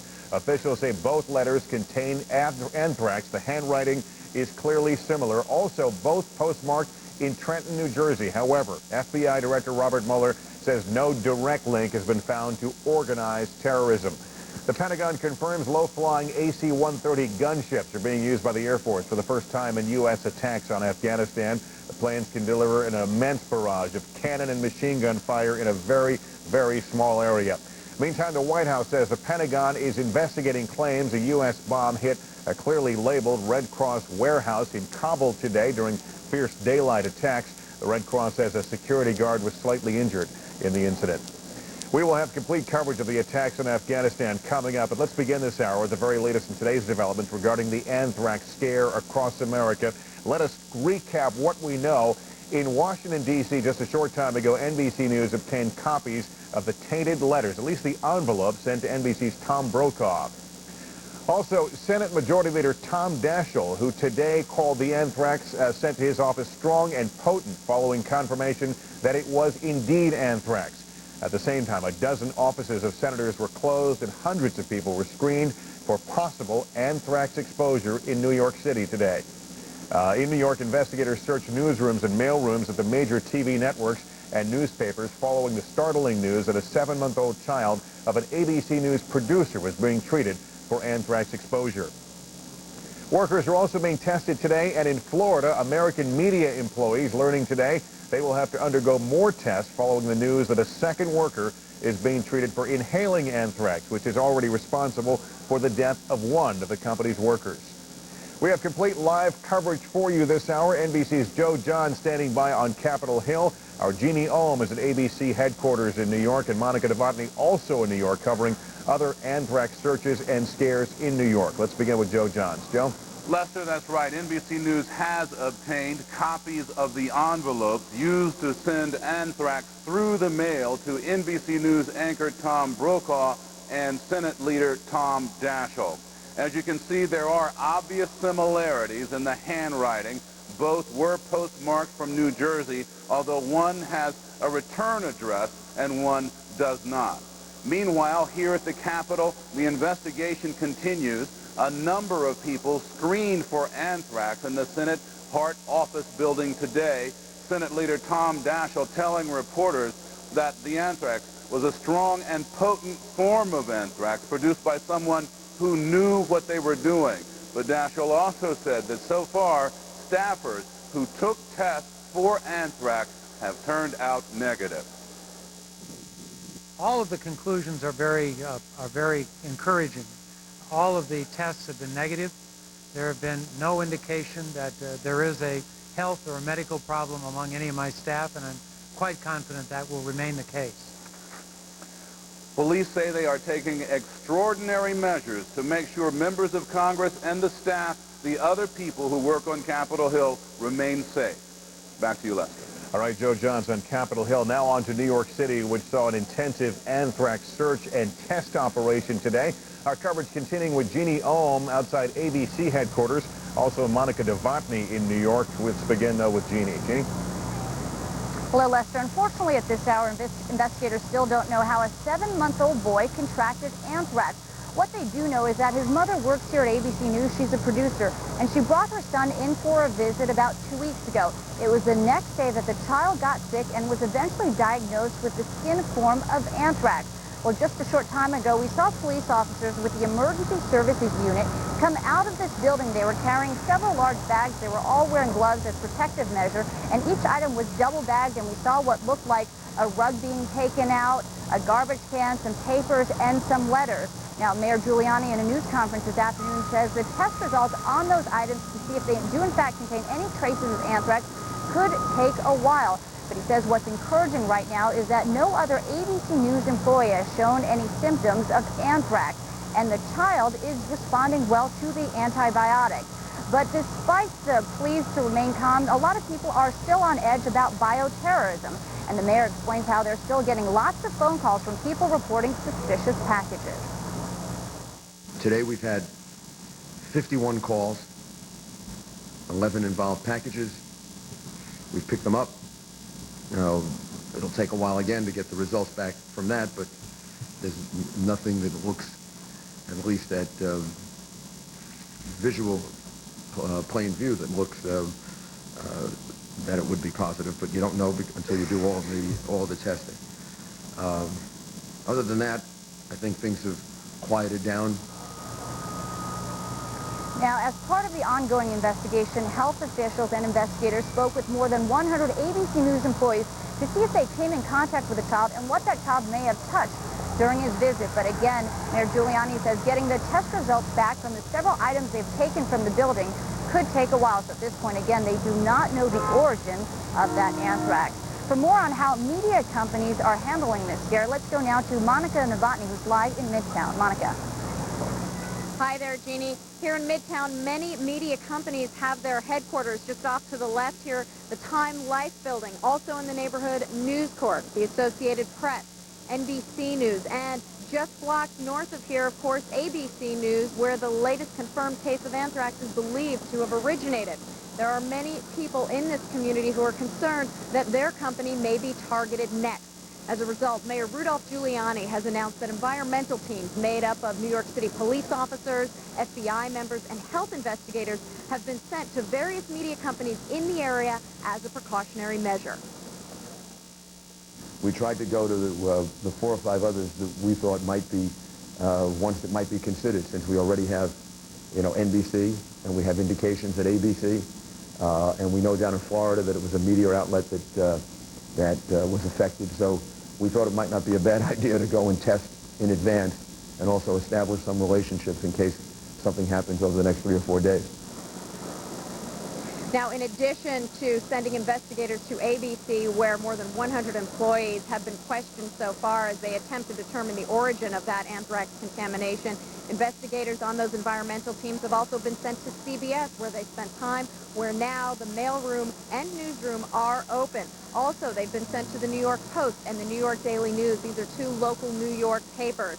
Also, CNN received a visit from the investigators. Their mailroom is now open.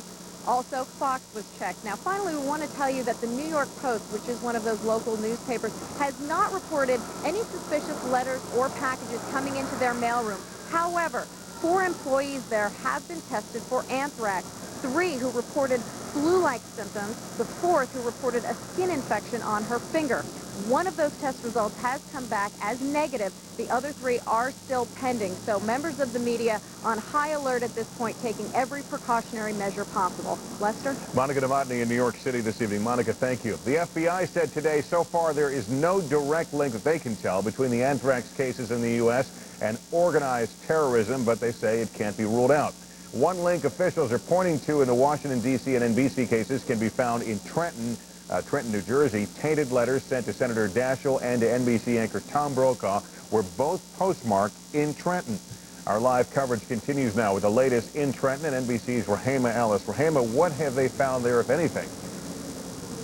Well, I should tell you, Lester, that a short while ago we got some news that people here had been waiting for about 2 postal workers from this Trenton regional office who had been tested because they exhibited some symptoms that may be related to anthrax. The initial skin tester in the news is good for the workers. Here's that news. Let's listen. The skin tests have proved negative. We are still awaiting the blood test results, and we expect and hope to have them later on today, by tomorrow the latest. Everybody is naturally concerned about what's going on, but they're hopeful that, you know, we're going to take care of everything, and that's our intention. Precautions are still being taken here. Masks and gloves are being provided for some 900 postal workers who work out of this Trenton regional office. They're available for anyone who would request them. Security has also been increased, and they're looking at the mail very carefully. But they say that this facility is safe. Indeed, it has been open. Customers coming in and out of here all day. Many of them saying that they will not allow their lives to be changed by a fear factor. They say they are getting on with business as usual. But again, we should tell you the headline coming out of here, and that is the initial skin test results on those 2 postal workers who there was some concern about. The skin test results are in. The results are negative. Now they are waiting for the results of the blood test, which could come back later today or tomorrow. Lester? Rahema Ellis, thank you. We want you to know our coverage of the anthrax scare will continue throughout this hour, so we hope you'll stay with us. We will be looking at anthrax testing. Just how is it determined whether a substance really is anthrax, and what's being done to test people who may have been exposed to anthrax. Also had a fascinating look at how the hazardous material teams are responding to the anthrax scares and reports, plus the anthrax links. How do investigators connect the dots to see how these cases might be connected? It's all coming up as we continue this hour. From bioterror to military action overseas, the U.S. continued to rain bombs and missiles on the Afghan capital or sites around Kabul, using one of the fiercest weapons in its arsenal. We'll have a live report from the Pentagon coming up next.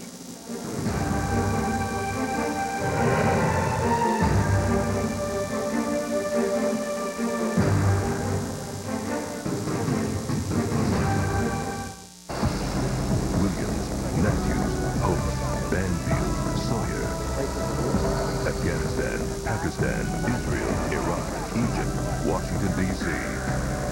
Worldwide resources, the latest technology, the most experienced team. Exclusive investigations, groundbreaking documentaries, the whole picture, 24 hours a day. MSNBC. Hi, Fred. Looks like IT will be jumping through hoops again today. Fred, I sent out an email about the email being down. I opened that virus just like you told us not to. Hi, Fred. Yeah, it looks like another all-nighter. Sorry. At CDW, we understand what it can be like in IT. That's why you get computing solutions from your highly trained account manager and services designed to make your day a little easier. What's wrong, Fred? We're only asking the impossible. CDW, computing solutions built for business.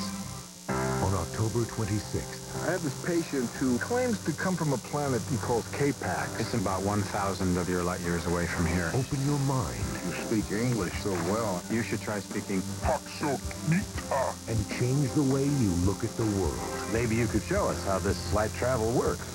What do you mean he's gone? Kevin Spacey. Jeff Bridges. Your produce alone has been worth the trip. K-Pax, rated PG-13. Starts October 26th. What a wicked game to play to make me feel this way. What a wicked thing to do to make me dream of you, and I don't want to fall in love with you.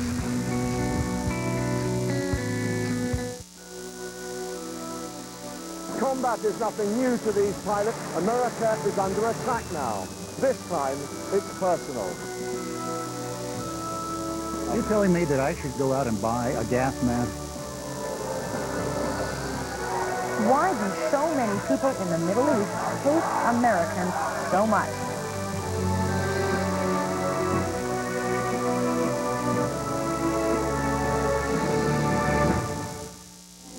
In this time of need, the American Red Cross is profoundly grateful for your generous outpouring of support.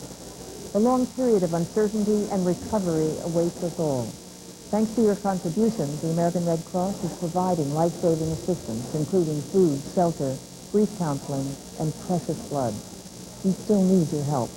Please call 1-800-HELP-NOW to offer your financial support. Thank you. Together, we can save a life. It was recommended that we all take the test, and so far everybody has shown to be negative. So I don't think there's any direct concern for myself or anybody in the Capitol building. Senator Tom Daschle is speaking about what comes next after his office received an anthrax-tainted letter yesterday. Welcome back, everybody. Let's bring you up to date now on the latest developments as we follow the many spinning wheels of the story. The Justice Department has released copies of the envelopes mailed to NBC's Tom Brokaw and Senate Majority Leader Daschle. Officials say both letters contained anthrax. The envelopes show similar handwriting, both postmarked in Trenton, New Jersey. Investigators are searching for the exact source of the skin form of anthrax that infected the 7-month-old son of an ABC News producer. Officials say the infant became sick after visiting the newsroom on September 28th. He is now said to be responding well to treatment. Pakistan's president says his country will cooperate with American military efforts in neighboring Afghanistan as long as it takes for the operation to be successful. President Pervez Musharraf met today with Secretary of State Colin Powell, who then traveled to neighboring India. Now the latest of the U.S. attacks in Afghanistan. It was a fierce day. Today saw part of the U.S.-led military assault on the Taliban, to include the AC-130. It's slow, it's ugly, but it's a heavily armed, low-flying gunship that is said to pack a lot of punch. With the latest on that and all the other news coming out of the Pentagon today, let's go to NBC's Nora O'Donnell. Nora? Hello, Lester. Today, the Pentagon said that the pressure on the Taliban will be relentless. This, of course, day 10 of the bombing campaign, and it is about the second heaviest day of bombing to date. Yesterday, they say, was about the heaviest, with over some 100 warplanes used. Today, it was a little bit less than that, but they say extremely heavy bombing in 3 cities, Kabul, Kandahar, as well as Mazar-e-Sharif. This as there are new signs that the ground war is near. Daylight raids in the Afghan capital of Kabul for the 10th straight day, as warplanes aboard the USS Enterprise continue to launch round-the-clock bombing runs against Afghanistan. Like now, we do have that air supremacy that has been mentioned, and we can rule the skies, we control our fate over the country, and so we are now trying to identify those areas where we feel that we can go in and just clean up all the military targets that are available for us. In a clear sign the U.S. military owns the skies, Air Force AC-130 gunships, which fly low and slow, attacking troops and armor, are now being used inside Afghanistan for the first time. The AC-130 is one of the most devastating weapons in the American arsenal, operated by Air Force Special Forces. I think it's fair to say that it is an extremely effective platform, and it provides a presence that's visible or at least audible. and for that reason has psychological impact. And helicopter gunships, used by Special Forces operations to fast rope down to the ground, are also now in place. Aboard the USS Kitty Hawk, ready to strike and begin the hunt for Osama bin Laden. And there was new gun camera video released by the Pentagon today showing hits on terrorist training camps, as well as a SAM site in Kandahar and an airfield in Mazar el-Sharif. This is significant because the Pentagon announcing today that the Northern Alliance, the anti-Taliban forces, now appear to be ready to take over Mazar el-Sharif. They are making significant grounds inside Afghanistan. Lester? Nora O'Donnell at the Pentagon, thank you. President Bush met with his national security advisors today to discuss the latest on the war effort. But this afternoon, the president took time to focus on America's humanitarian efforts as well. With more on all that and the President's Day, here's NBC's Bob Kerr at the White House. Bob? Lester, good afternoon to you. Well, the president headed over to Red Cross headquarters today for an event aimed at boosting his effort to raise money for Afghan children. Now, the White House said that as of 1 o'clock this afternoon, they had already received 90,000 pieces of mail since last Thursday. That's when the president gave his speech asking American children to send in contributions. White House said to be very pleased by the results so far. At the event, you can see there, the president met with school children who already have raised money. One school visited by First Lady Laura Bush earlier this week raised $172. The president told all the kids that it is one way to fight evil. And the message stands in stark contrast to the message of hate that our boys and girls have seen on TV. A message, frankly, that's hard for a lot of our kids in America to understand. Why would somebody hate so badly that they would fly airplanes to take a life? Why? Why is it that people send ugly things to the mail? And my answer is there's evil in the world, but we can overcome evil. We're good. We're good-hearted people, and the boys and girls of America are showing the world just that. The president earlier today at an event at the Red Cross. Now, on those anthrax mailings, the White House still says nothing definitive so far.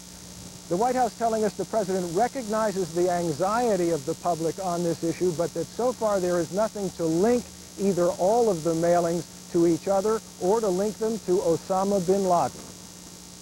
The administration is suspicious about whether or not there are or not any such links, and that is being actively reviewed and looked at. But again, there is no hard evidence, but there remains an issue that the administration is taking a good hard look at. Now, as far as the mail concerned here at the White House, we are told that it is being reviewed even before it gets here, off-site. Doesn't even get here before somebody looks it over, Lester. Bob Kerr at the White House. Bob, thank you. Stay with us. In just a moment, we'll move back to our coverage of the nationwide anthrax scare. When we continue, hundreds of people getting tested today. What are they really going through? What will experts find? How reliable are these tests? We'll walk through it with an expert in just a moment.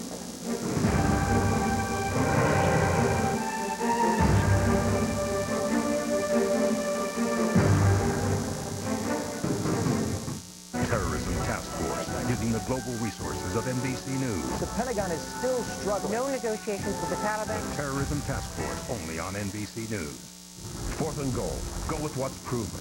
At Oppenheimer Funds, we look for companies with reliable earnings. That's how our Capital Appreciation Fund beat the S&P 500 index over the past 5 years. Oppenheimer Funds, the right way to invest. Mom, how many tummies did you take right in front of the wedding planner? You snuck one, too. It was a Pepsid Complete. Is that the same as Pepsid AC? No, there's nothing else like Pepsid Complete. It works fast like Tums, but it lasts for hours like Pepsid AC. So your heartburn goes away and then stays away. Chewable? Calcium? I gotta try this. Decision? Tony, you're fabulous. Pepsid Complete. Just one, and heartburn's done. Have you tried the anchovy cookie? Oh, yeah. And the jalapeno dip? Everyone knows Santa Claus, but behind the magic is a massive global operation. We work with UPS to bring in raw materials, produce goods, wrapping paper, ground, overnight, international, you name it. Just this morning, I had a shipment of candy canes stuck in customs in Belgium, and one call to my UPS man straightened the whole thing out. There have been instances where the naughty got toys and the nice got coal, but it's not going to happen on my watch.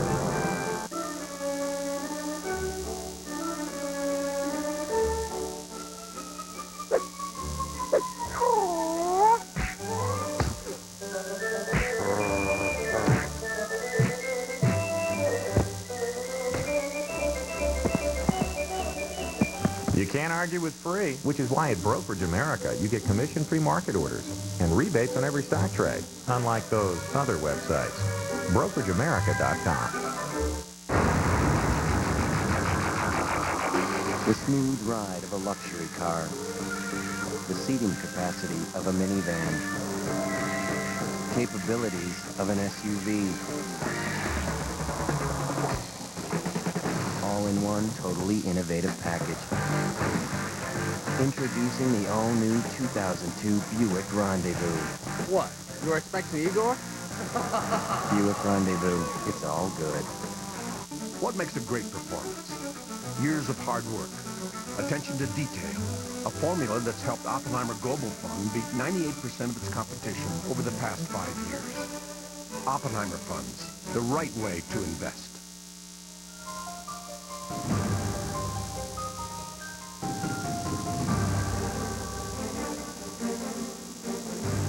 Welcome back. Lately, we've been hearing a lot of new terms like preliminary field tests and nasal swabs. All this, of course, relating to the testing for anthrax.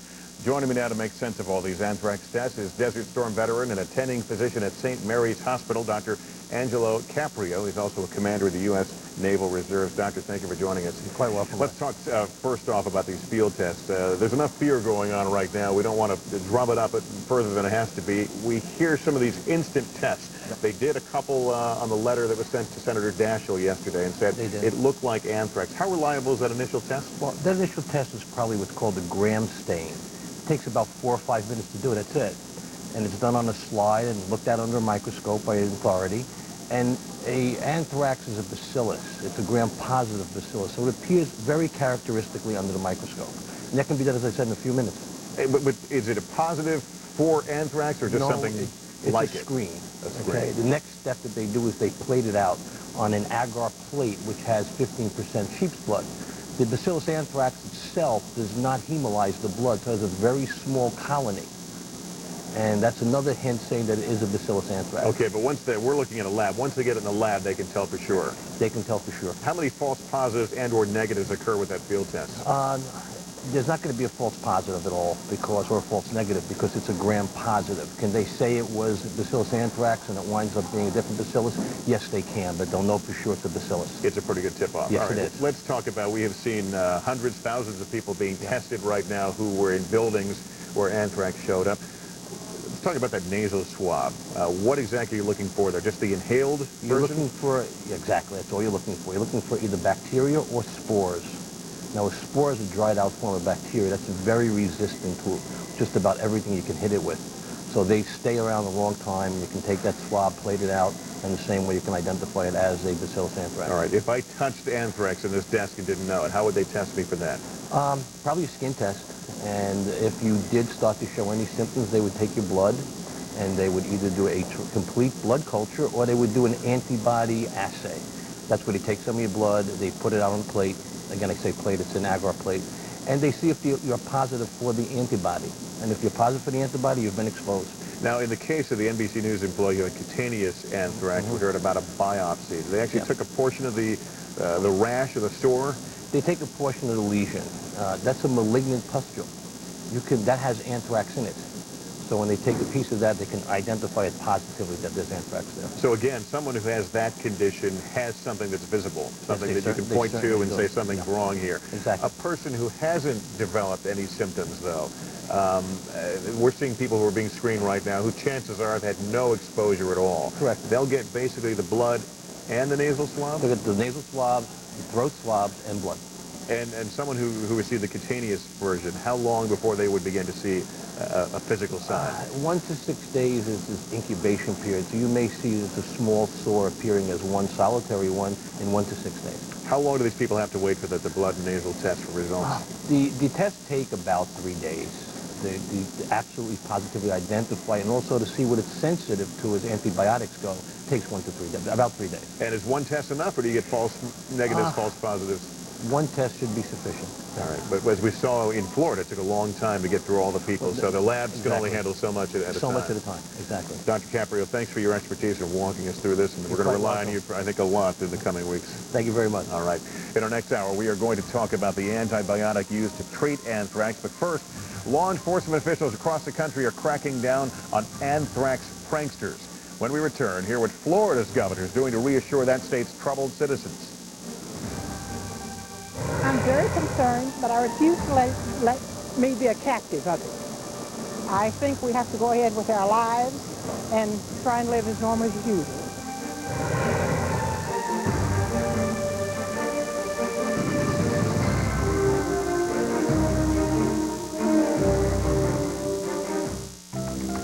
This is experience. This is discipline. This is how investors make it through volatile markets. At Merrill Lynch, we guide our clients through market uncertainty by reassessing their risk, their asset allocation, and their financial goals. This is what a Merrill Lynch financial advisor does. This is what you do. And these are the times when we do it best. Big Mom and Dad are having fun. Why? They're just lying around doing nothing. Last night they had dinner for 2 boring hours. And this morning they were out on our balcony just staring at the water. We better do something. Yeah. It's worse than we thought. Come on! Renee, they'll thank us for this.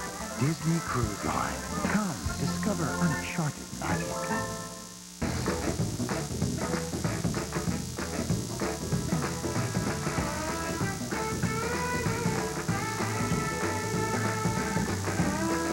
The road to success is paved with ambition, intelligence, and desire.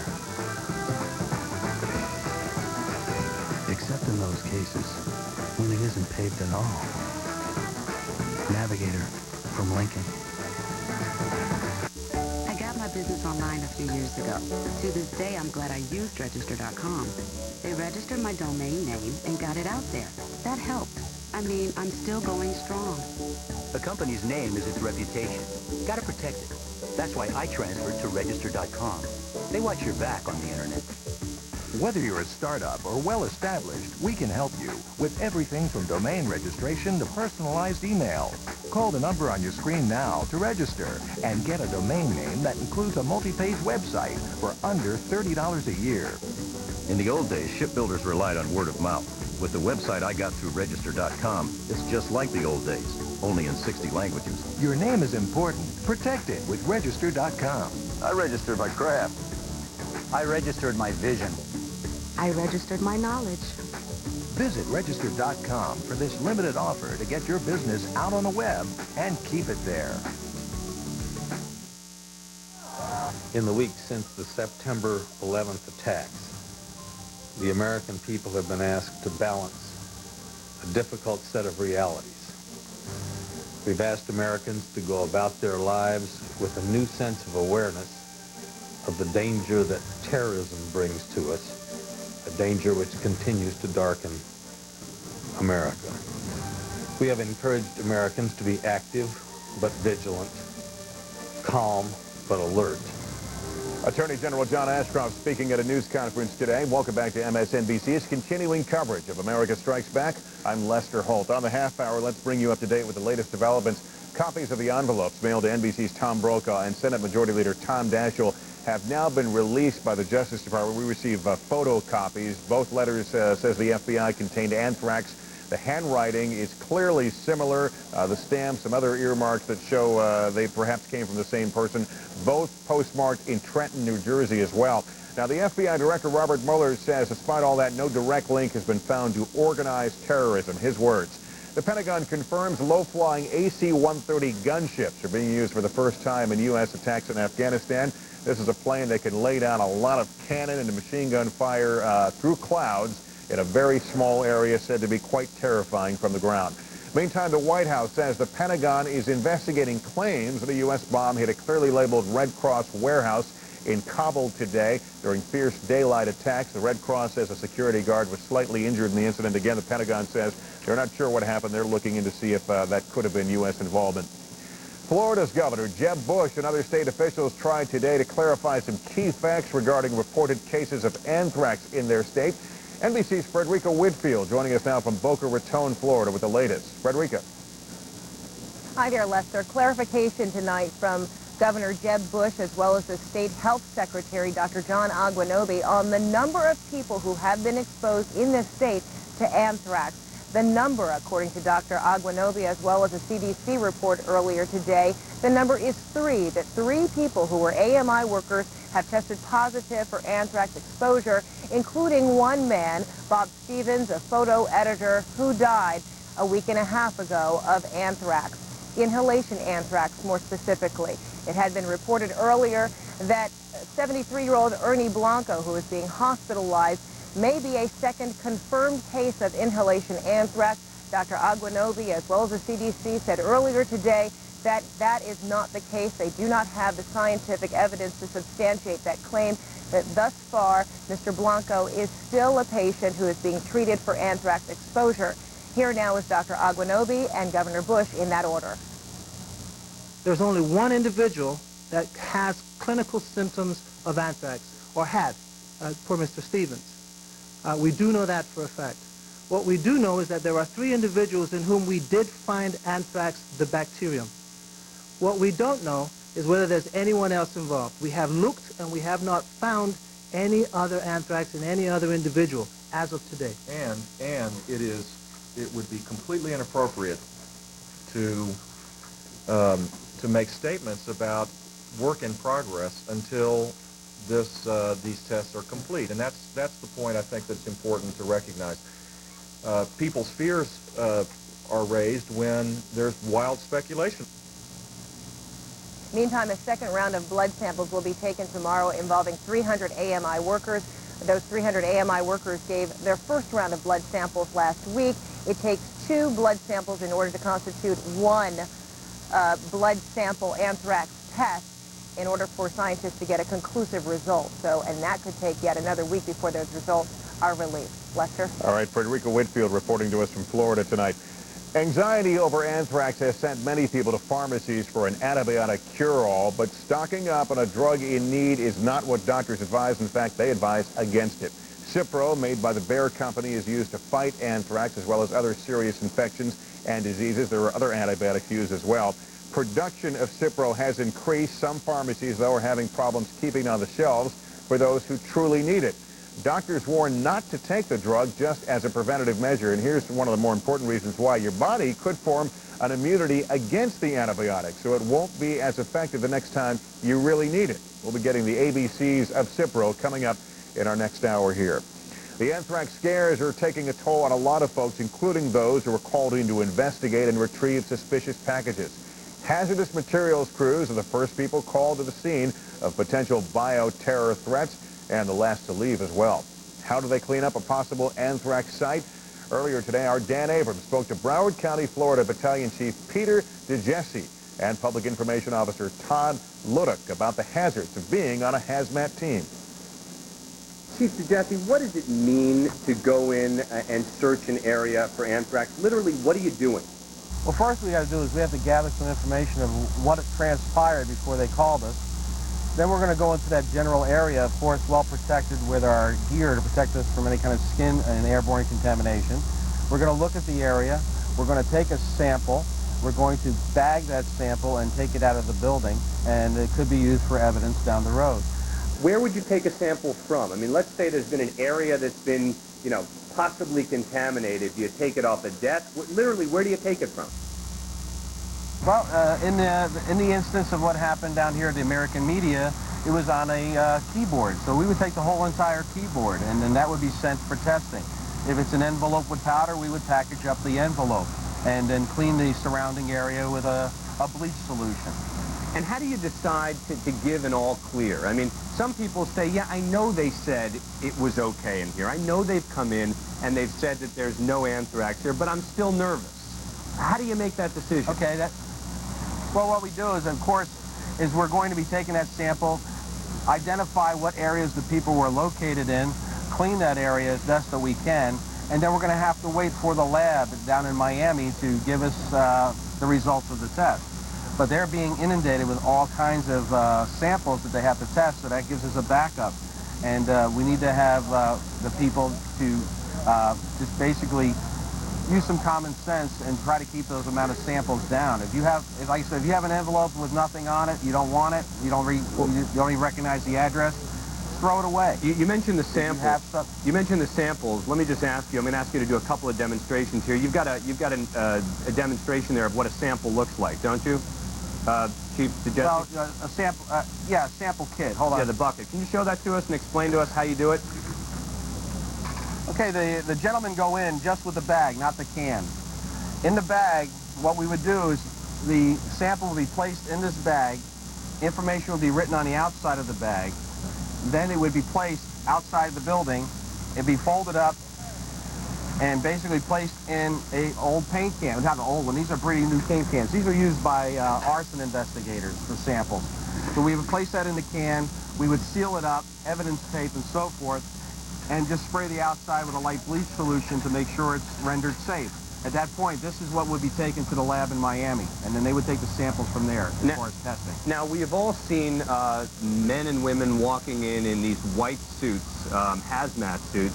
I know you guys have one of those there for us. Will you explain to us exactly what the various parts of that suit are designed to do? Sure. Okay, there's different types of suits. This one here is a Tyvek suit. And this Tyvek suit is basically to protect the responder from any airborne contaminants to their skin. They would also be wearing gloves that are taped up and boots that are taped up. Now this one here, this particular suit, is really a small suit. So they would wear a face respirator such as this. Now if they're going to wear our air tanks that are on the outside of our on our backs, and there's another type of suit that has a big bubble built into it to take the in consideration for the tank that's inside. So that's also protected. And then we would decontaminate these people outside once they've completed their assignment. Dan Abrams, with that interview, you're learning a little bit more about how these samples are seized and the number of anthrax scares we're seeing around the country. When we come back, we will go to Pakistan for a live report from Islamabad. I'm Ashley Banfield in Islamabad, Pakistan. The Secretary of State made a stop here today to talk with the President of Pakistan, but he also talked with the mother of one of those detainees being held in Afghanistan. That story coming up. Somalia, 1993. The first American soldiers to battle the forces of bin Laden. I just remember explosions all over the place. Can the costly lessons learned then help us fight terrorism now? MSNBC investigates Black Hawk Down, the Somalia Connection. Tonight at 9 on MSNBC. New possibilities for energy and performance just became clear. Chevron Texaco. Everyone knows Santa Claus, but behind the magic is a massive global operation. We work with UPS to bring in raw materials, produce goods, wrapping paper, ground, overnight, international, you name it. Just this morning, I had a shipment of candy canes stuck in customs in Belgium, and one call to my UPS man straightened the whole thing out. There have been instances where the naughty got toys and the nice got coal, but it's not going to happen on my watch. In and out. Good. Keep the victim calm. And 1, and 2, and 3. Okay, there you go. That's over 100 channels, sports, news, digital music. Installation's free, and it's only $31.99 a month.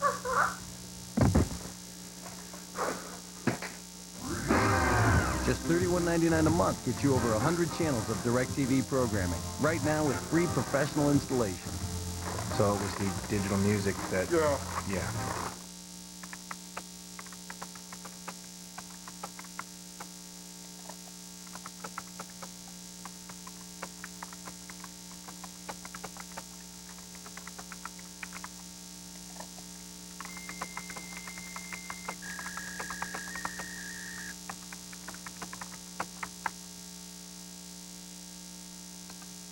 economic outlook is still very... Raymond James, you first. The Dow up 3. Star Wars Episode 1, The Phantom Menace on DVD. Experience the film, TV Jets digital remastered for the ultimate picture and superior sound quality. Star Wars Episode 1. It was worth the wait. Secretary of State Powell visiting Pakistan, now India. That visit coming to the two neighboring countries as they renewed their fighting over the disputed Kashmir region. While in Pakistan, Powell called on both countries to make peace as he tried to discuss the U.S. conflict with neighboring Afghanistan. NBC's Ashley Banfield in Islamabad, Pakistan now with the latest. Ashley. Lester, yes, this visit, actually, the Secretary of State leaving this country after having spent only 22 hours here, heading to India to meet with Prime Minister Vajpayee for similar talks on the stability of this region. But while he was here, there were some key issues on the table that needed to be discussed. Secretary of State Colin Powell meeting with President of Pakistan, General Pervez Musharraf. Number one, the issue dealing with these military strikes that are ongoing over this country and into neighboring Pakistan. Number two, the post-Taliban regime, just who will make up any orderly government if there is to be another regime after the Taliban falls, if that's what is going to happen. And number three, just what to make of the situation that's developing in Kashmir, which is, of course, key to this situation here because of the volatility and because of the current flare-up in the Kashmir. India and Pakistan have been at odds for decades, and now that they're both nuclear powers, and now that they are both in some way related to what's happening in neighboring Afghanistan, this is key to Colin Powell and trying to establish some kind of stability here. Again, he was here for only 22 hours. In that time, he had meetings with the president to discuss these issues. He also talked about other issues as well. But there was another meeting on his agenda. It was a meeting with the mother of one of those American detainees who is currently in Afghanistan. Deb Audie is here in Islamabad, Pakistan, because she was expelled from Afghanistan after the September 11th attacks in America. Since then, she's tried to maintain whatever communication she can with her daughter, Heather Mercer, 24-year-old, who is locked up with 6 other women, apart from the 2 other men who are accused of proselytizing Christianity, which is against the Sharia, the Muslim law in Afghanistan. In the meantime, we had a chance to talk with Deb Audie about her meeting with Secretary of State Colin Powell and how significant it was to her. I asked her specifically if she thought at this point it was clear that she was not off the radar, and nor was Heather off the radar of the American government in this whole world conflict. I never thought that our government had forgotten her. I understand why she thinks they have, and she isn't privy to the information that we all get. And I will try to write her and tell her that we did have a meeting with Secretary Powell. Whether or not that would be permitted is another question. And frankly, right now, we don't have any way to communicate. The phone lines are down, and therefore we can't even send a fax. Deborah Audie again talking about her meeting today with Secretary of State Colin Powell before he left for India. But before he left, in his meetings with President Musharraf, the Secretary of State also discussed the potential of including some moderate Taliban members in any kind of broad-based government that might be established in Afghanistan after the potential fall of the Taliban leadership in Kabul. And also it was discussed by President Musharraf that this country will support America for as long as it takes. Those are tough words to speak in this country when there are so many people who are on the street here opposing President Musharraf's support of America and his support for the coalition airstrikes that are ongoing. Don't forget, Lester, that there are a lot of pictures that are streaming over the border of civilians who are being injured, and also with this latest strike, a Red Cross compound in Kabul, it's going to get only tougher. Back to you. Ashley Banfield, thank you. A quick programming note, Ashley will be back later tonight to host an hour special with the very latest from Islamabad, Pakistan. That's at 10 p.m. Eastern, 7 Pacific, right here on MSNBC. Yesterday, one of the heaviest days of bombing since the U.S. campaign against Afghanistan began. About 100 strike aircraft involved in the effort, including 90 from aircraft carriers. Something new to the mix, a pair of AC-130 gunships and 6 to 8 land-based bombers, according to the Pentagon. So far, officials say more than 2,000 munitions of various types have been used in the strikes against Afghanistan. Joining me now to talk about that and to talk us through some of the new images just in from the Department of Defense, MSNBC military analyst Bernard Traynor, retired Marine General. General, before we get into that, Ashley was talking about civilian casualties, about that Red Cross building. Talk about what else is going on that could account for that kind of damage, other than U.S. bombs. Well, it apparently was a bomb, as near as we can tell, although the administration has not admitted to that until they probably look at the results of the post-strike analysis. But from all the information that comes out, it looked like, once again, we have an errant bomb. But as they pointed out in the Pentagon briefing, you know, they've dropped 2,000 some bombs, and a very small percentage have gone awry. But again, you know, human error, mechanical error, electronic error will cause some of these things to go errant. And nobody said that when you start the bomb, you're going to have surgical strikes that just hit the targets that you want. There are always going to be some collateral damage. Let's take a look at the ones that did hit the target, according to the Pentagon. The first image we received, armored vehicles in a, I guess, kind of a horseshoe pattern. There you see them. And tell us what camera we're looking at here and what we're watching. Well, the aircraft went in and they picked up this armored column. Whether it was picked up by reconnaissance aircraft or not, I don't know, but they did see them. And they put precision-guided munitions in on them. It could be CBUs, which are it's a bomb with a clamshell on it that opens up and bomblets come out. You can hit a lot of vehicles. And you can hit a lot of vehicles, and some of them are designed specifically for armored vehicles. Some of them are designed for infantry, soft targets. So presumably, if it was CBU, okay, you can see that, you know, they just hit all those things and wipe them out. Okay, our time is short. I want to run through these very quickly. Also, an airfield was hit today. We've seen several airfields hit in the video release, and again, very similar. Actually, this is the SAM site, I believe. SAM site, right on the money. All right. And then maybe the next one will be the airfield shot. I'm not sure. Well, hard to tell what that is.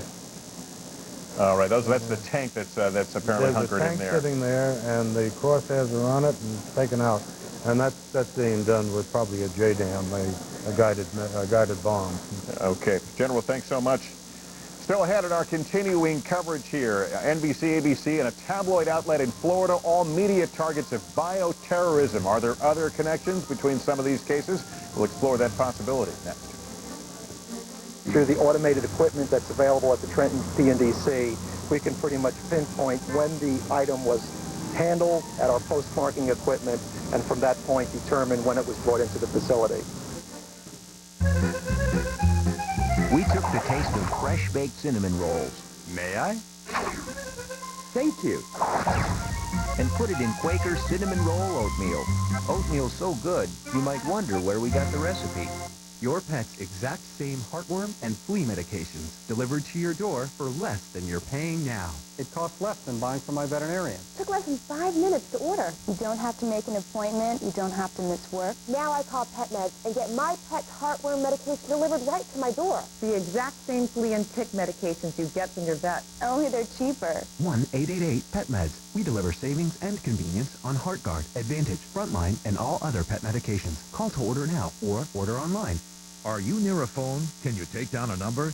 Then call to find out about term life insurance at competitive rates from a respected insurer, Protective Life Insurance Company.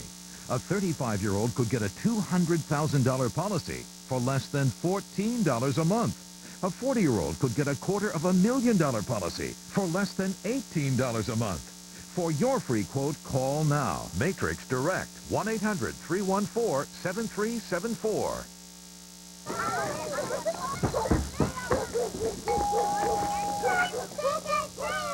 Oh, what do we have here? A spooky witch, there you go, and a scary vampire. That's for you. And you are? Aluminum foil. It's just not Halloween without the right stuff. At Walgreens, we have yummy candy, fun costumes, and all kinds of spooky decorations. So come into Walgreens, the easiest way to grab all your Halloween needs.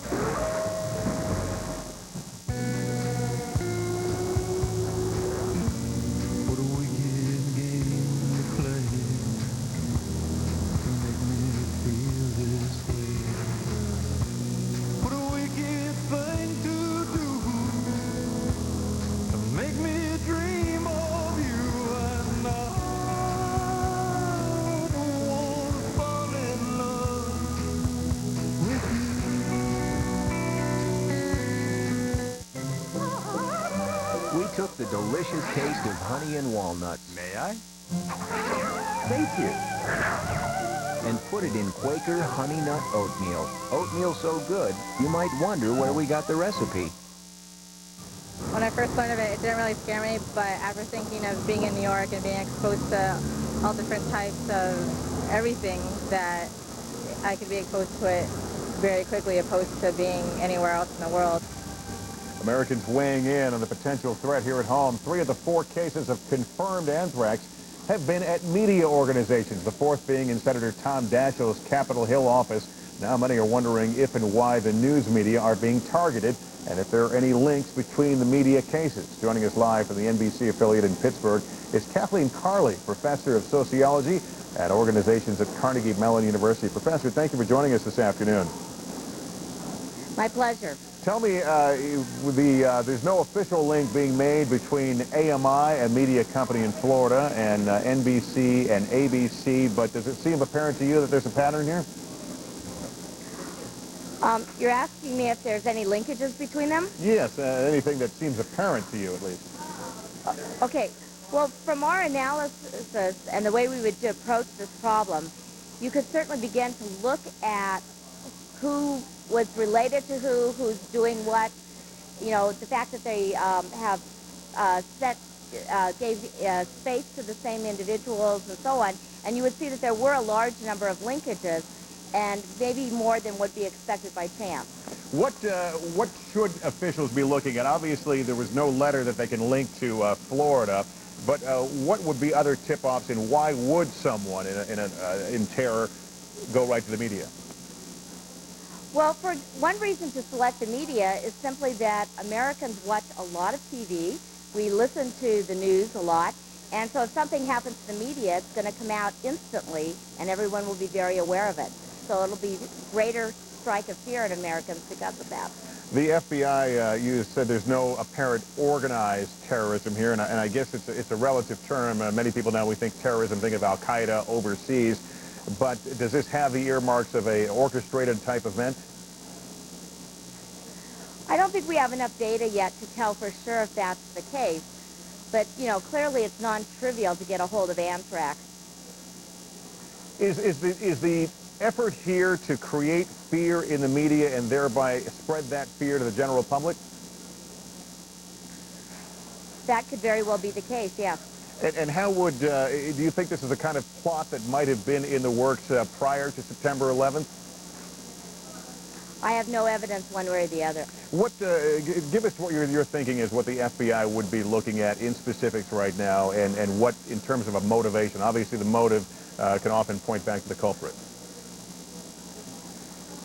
Well, I'm not really an expert on motives. More, I could tell you what they might be looking at in terms of what kind of data we would collect as network analysts. We would look at, you know, who are people talking to, whether they work in the same locations, where the money is flowing, what are the connections and the relationships among all the various players, actors, both the attackers and the victims, to look for linkages, and then to analyze that set of linkages to look for very central or very highly visible targets. And what things stand out in terms of the apparent victims right now? What things stand out in your mind that might be those little keys you're looking for?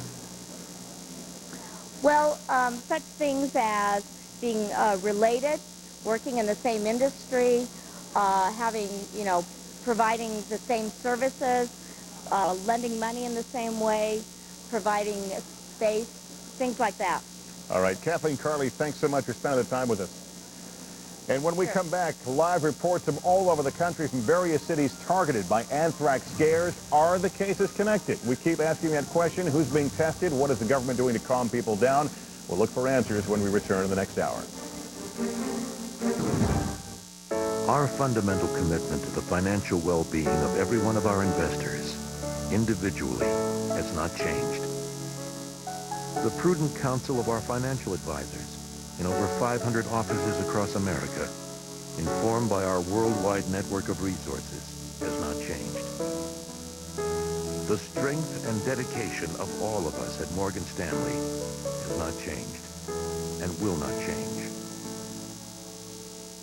So what would you do if someone passed you the keys to a Pontiac for a week? I gotta get some lunch.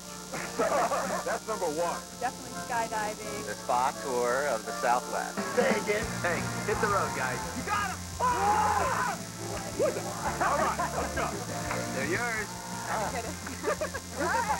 You got it! Go! So what would you do if someone passed you the keys to a Pontiac?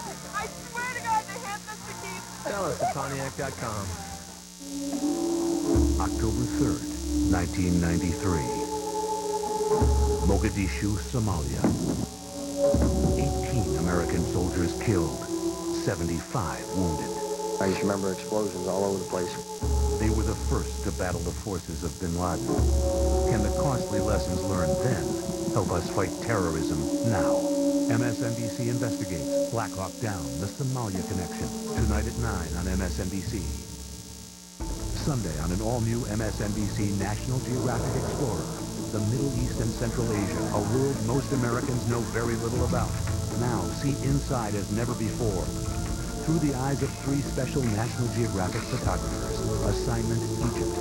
Sunday at 8, only on MSNBC. You're watching MSNBC.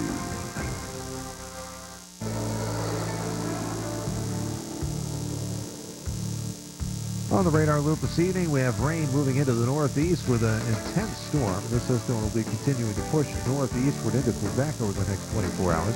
Here is the AccuWeather forecast for Wednesday. Detroit, a windy day, but there will be some sunshine. Houston, bright sunshine and pleasant. New York City and Philadelphia are looking at partly sunny skies, but they may also see some wind gusts of 40 and 45 miles an hour. Good travel weather for the West Coast.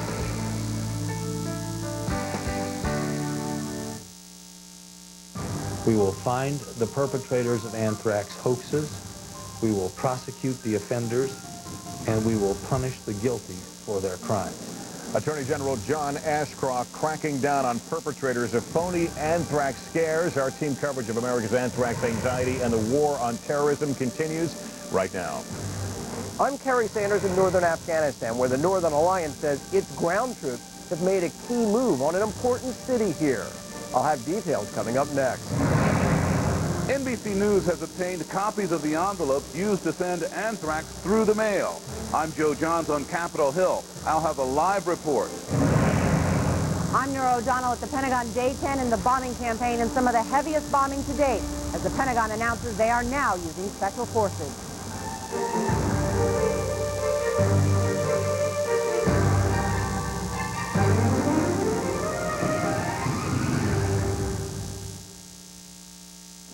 Welcome back to MSNBC's continuing coverage of America Strikes Back. I'm Lester Holt. It's 6 o'clock Eastern, 3 Pacific, 2:30 a.m. Wednesday in Afghanistan. Let's bring you up to date with the latest developments. Copies of the envelopes mailed to NBC's Tom Brokaw and Senate Majority Leader Tom Daschle have been released by the Justice Department.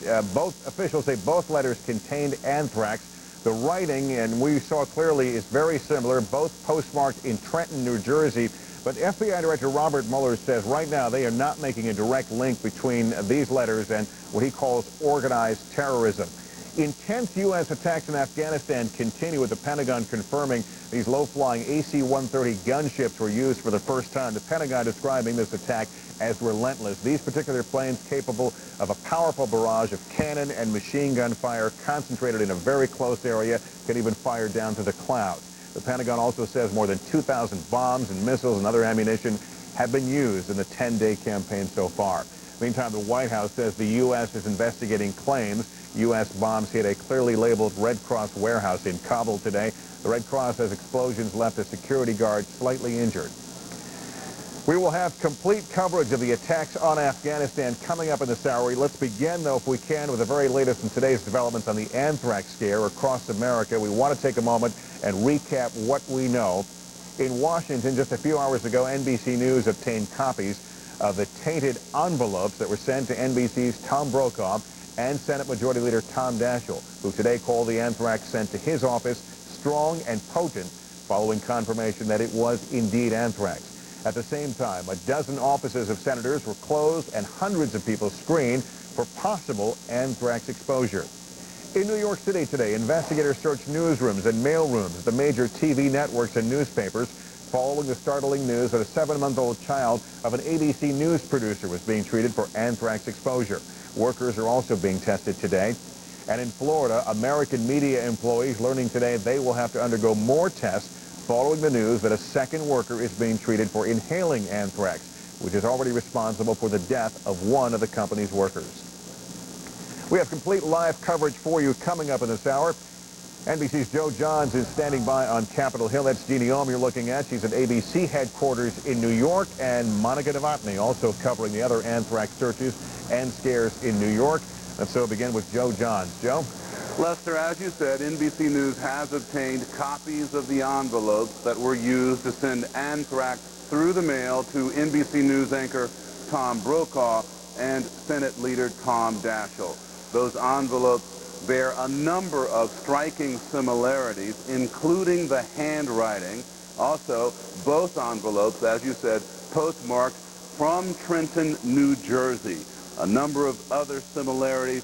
Of course, on one envelope, there is an address, there is a return address. On another envelope, there is no return address. But it's the handwriting, the way the words are written, that is most interesting and most striking.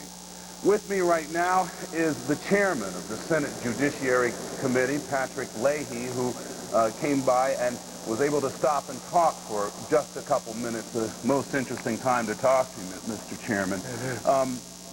Looking at what we've seen here at the Capitol over the last 24 hours, one of your former colleagues, the Attorney General, has now said he's very concerned about the notion of hoaxing, people pulling pranks with anthrax. What are your views about that? Well, I agree with him on that, and I actually talked with Director Mueller last weekend. My concern about this. Remember when, back at the time when there had been a series of hijacked airplanes, people would come on a plane and say, well, I'm going to hijack the plane. Well, we have a crime against that, and we should have. I mean, when somebody makes such a threat like that, the plane gets closed down, everything gets closed down. Certainly if you're a passenger or your business is at stake or something, you know what that feels like. Well, now if somebody's getting hoax letters with anthrax, they're still going to clear out their business. They're going to check all of their people. Everybody who works with them are going to be facing all kinds of anxiety. If somebody's doing that as a hoax, then they ought to be prosecuted, and we will. Director Mueller assured me the FBI would move very strongly in such a hoax. I told him that here on Capitol Hill, we would support very strong measures against somebody who sends some kind of a hoax threat through the mail. You're working, obviously, on the counterterrorism bill, something the Justice Department asked for. I understand you're working on it today, as a matter of fact. Yeah.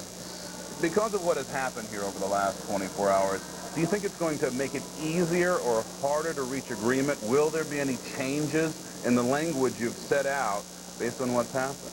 Well, there have to be some changes because the House passed one version, the Senate, by a nearly unanimous vote, passed another version. I think we only had one vote against it. We've got to reconcile the two. I think if people will work honestly and strongly, we can do that within a couple of days. It's a complex bill. We don't want to pass something that's going to get thrown out by the courts later on. Some of the first drafts came up from the White House had some real constitutional problems in them. I think we've corrected those. Now we want to make sure we have something that doesn't pass just to make us feel good, but actually helps us go after terrorism. The next couple of days? I would hope so. If people want to work in good faith, we can. If we get bogged down into everybody wants their piece and only their piece, it could take longer. Thank you so much, Senator Patrick Leahy, the chairman of the Judiciary Committee. Lester, back to you. All right, Joe Johns on Capitol Hill. And in New York City today, network newsrooms getting a going over by police, folks testing for possible anthrax in newsroom. This all after the discovery of a child of an ABC News employee had contracted cutaneous anthrax. Our coverage continues now with Jeannie Ohm, who is outside ABC headquarters in Manhattan. Also, Monica Novotny is in what we call Media Central right now. Let's begin with Jeannie if we can. Go ahead. Good evening, Lester. Testing is now underway on several items taken from ABC News since last night. And as you mentioned, this comes after a 7-month-old boy, the son of an ABC News producer, contracted the skin form of anthrax Now, he got sick just one day after visiting the building with his mother. This was on September 28th. Well, investigators have been out here all day long, and this afternoon, police officers with this Emergency Special Services Unit left the building carrying several large bags. They were all wearing gloves, and inside the bags, it looked like something like a rug. We saw a garbage can, several pieces of paper, and letters, and they're trying to find if there are any traces of anthrax on those items to explain how the child was exposed to anthrax. Now, in light of this latest case, especially the fact that it does involve a child, parents understandably are on edge. But some parents we spoke with say they feel relatively safe because they don't work for a media company.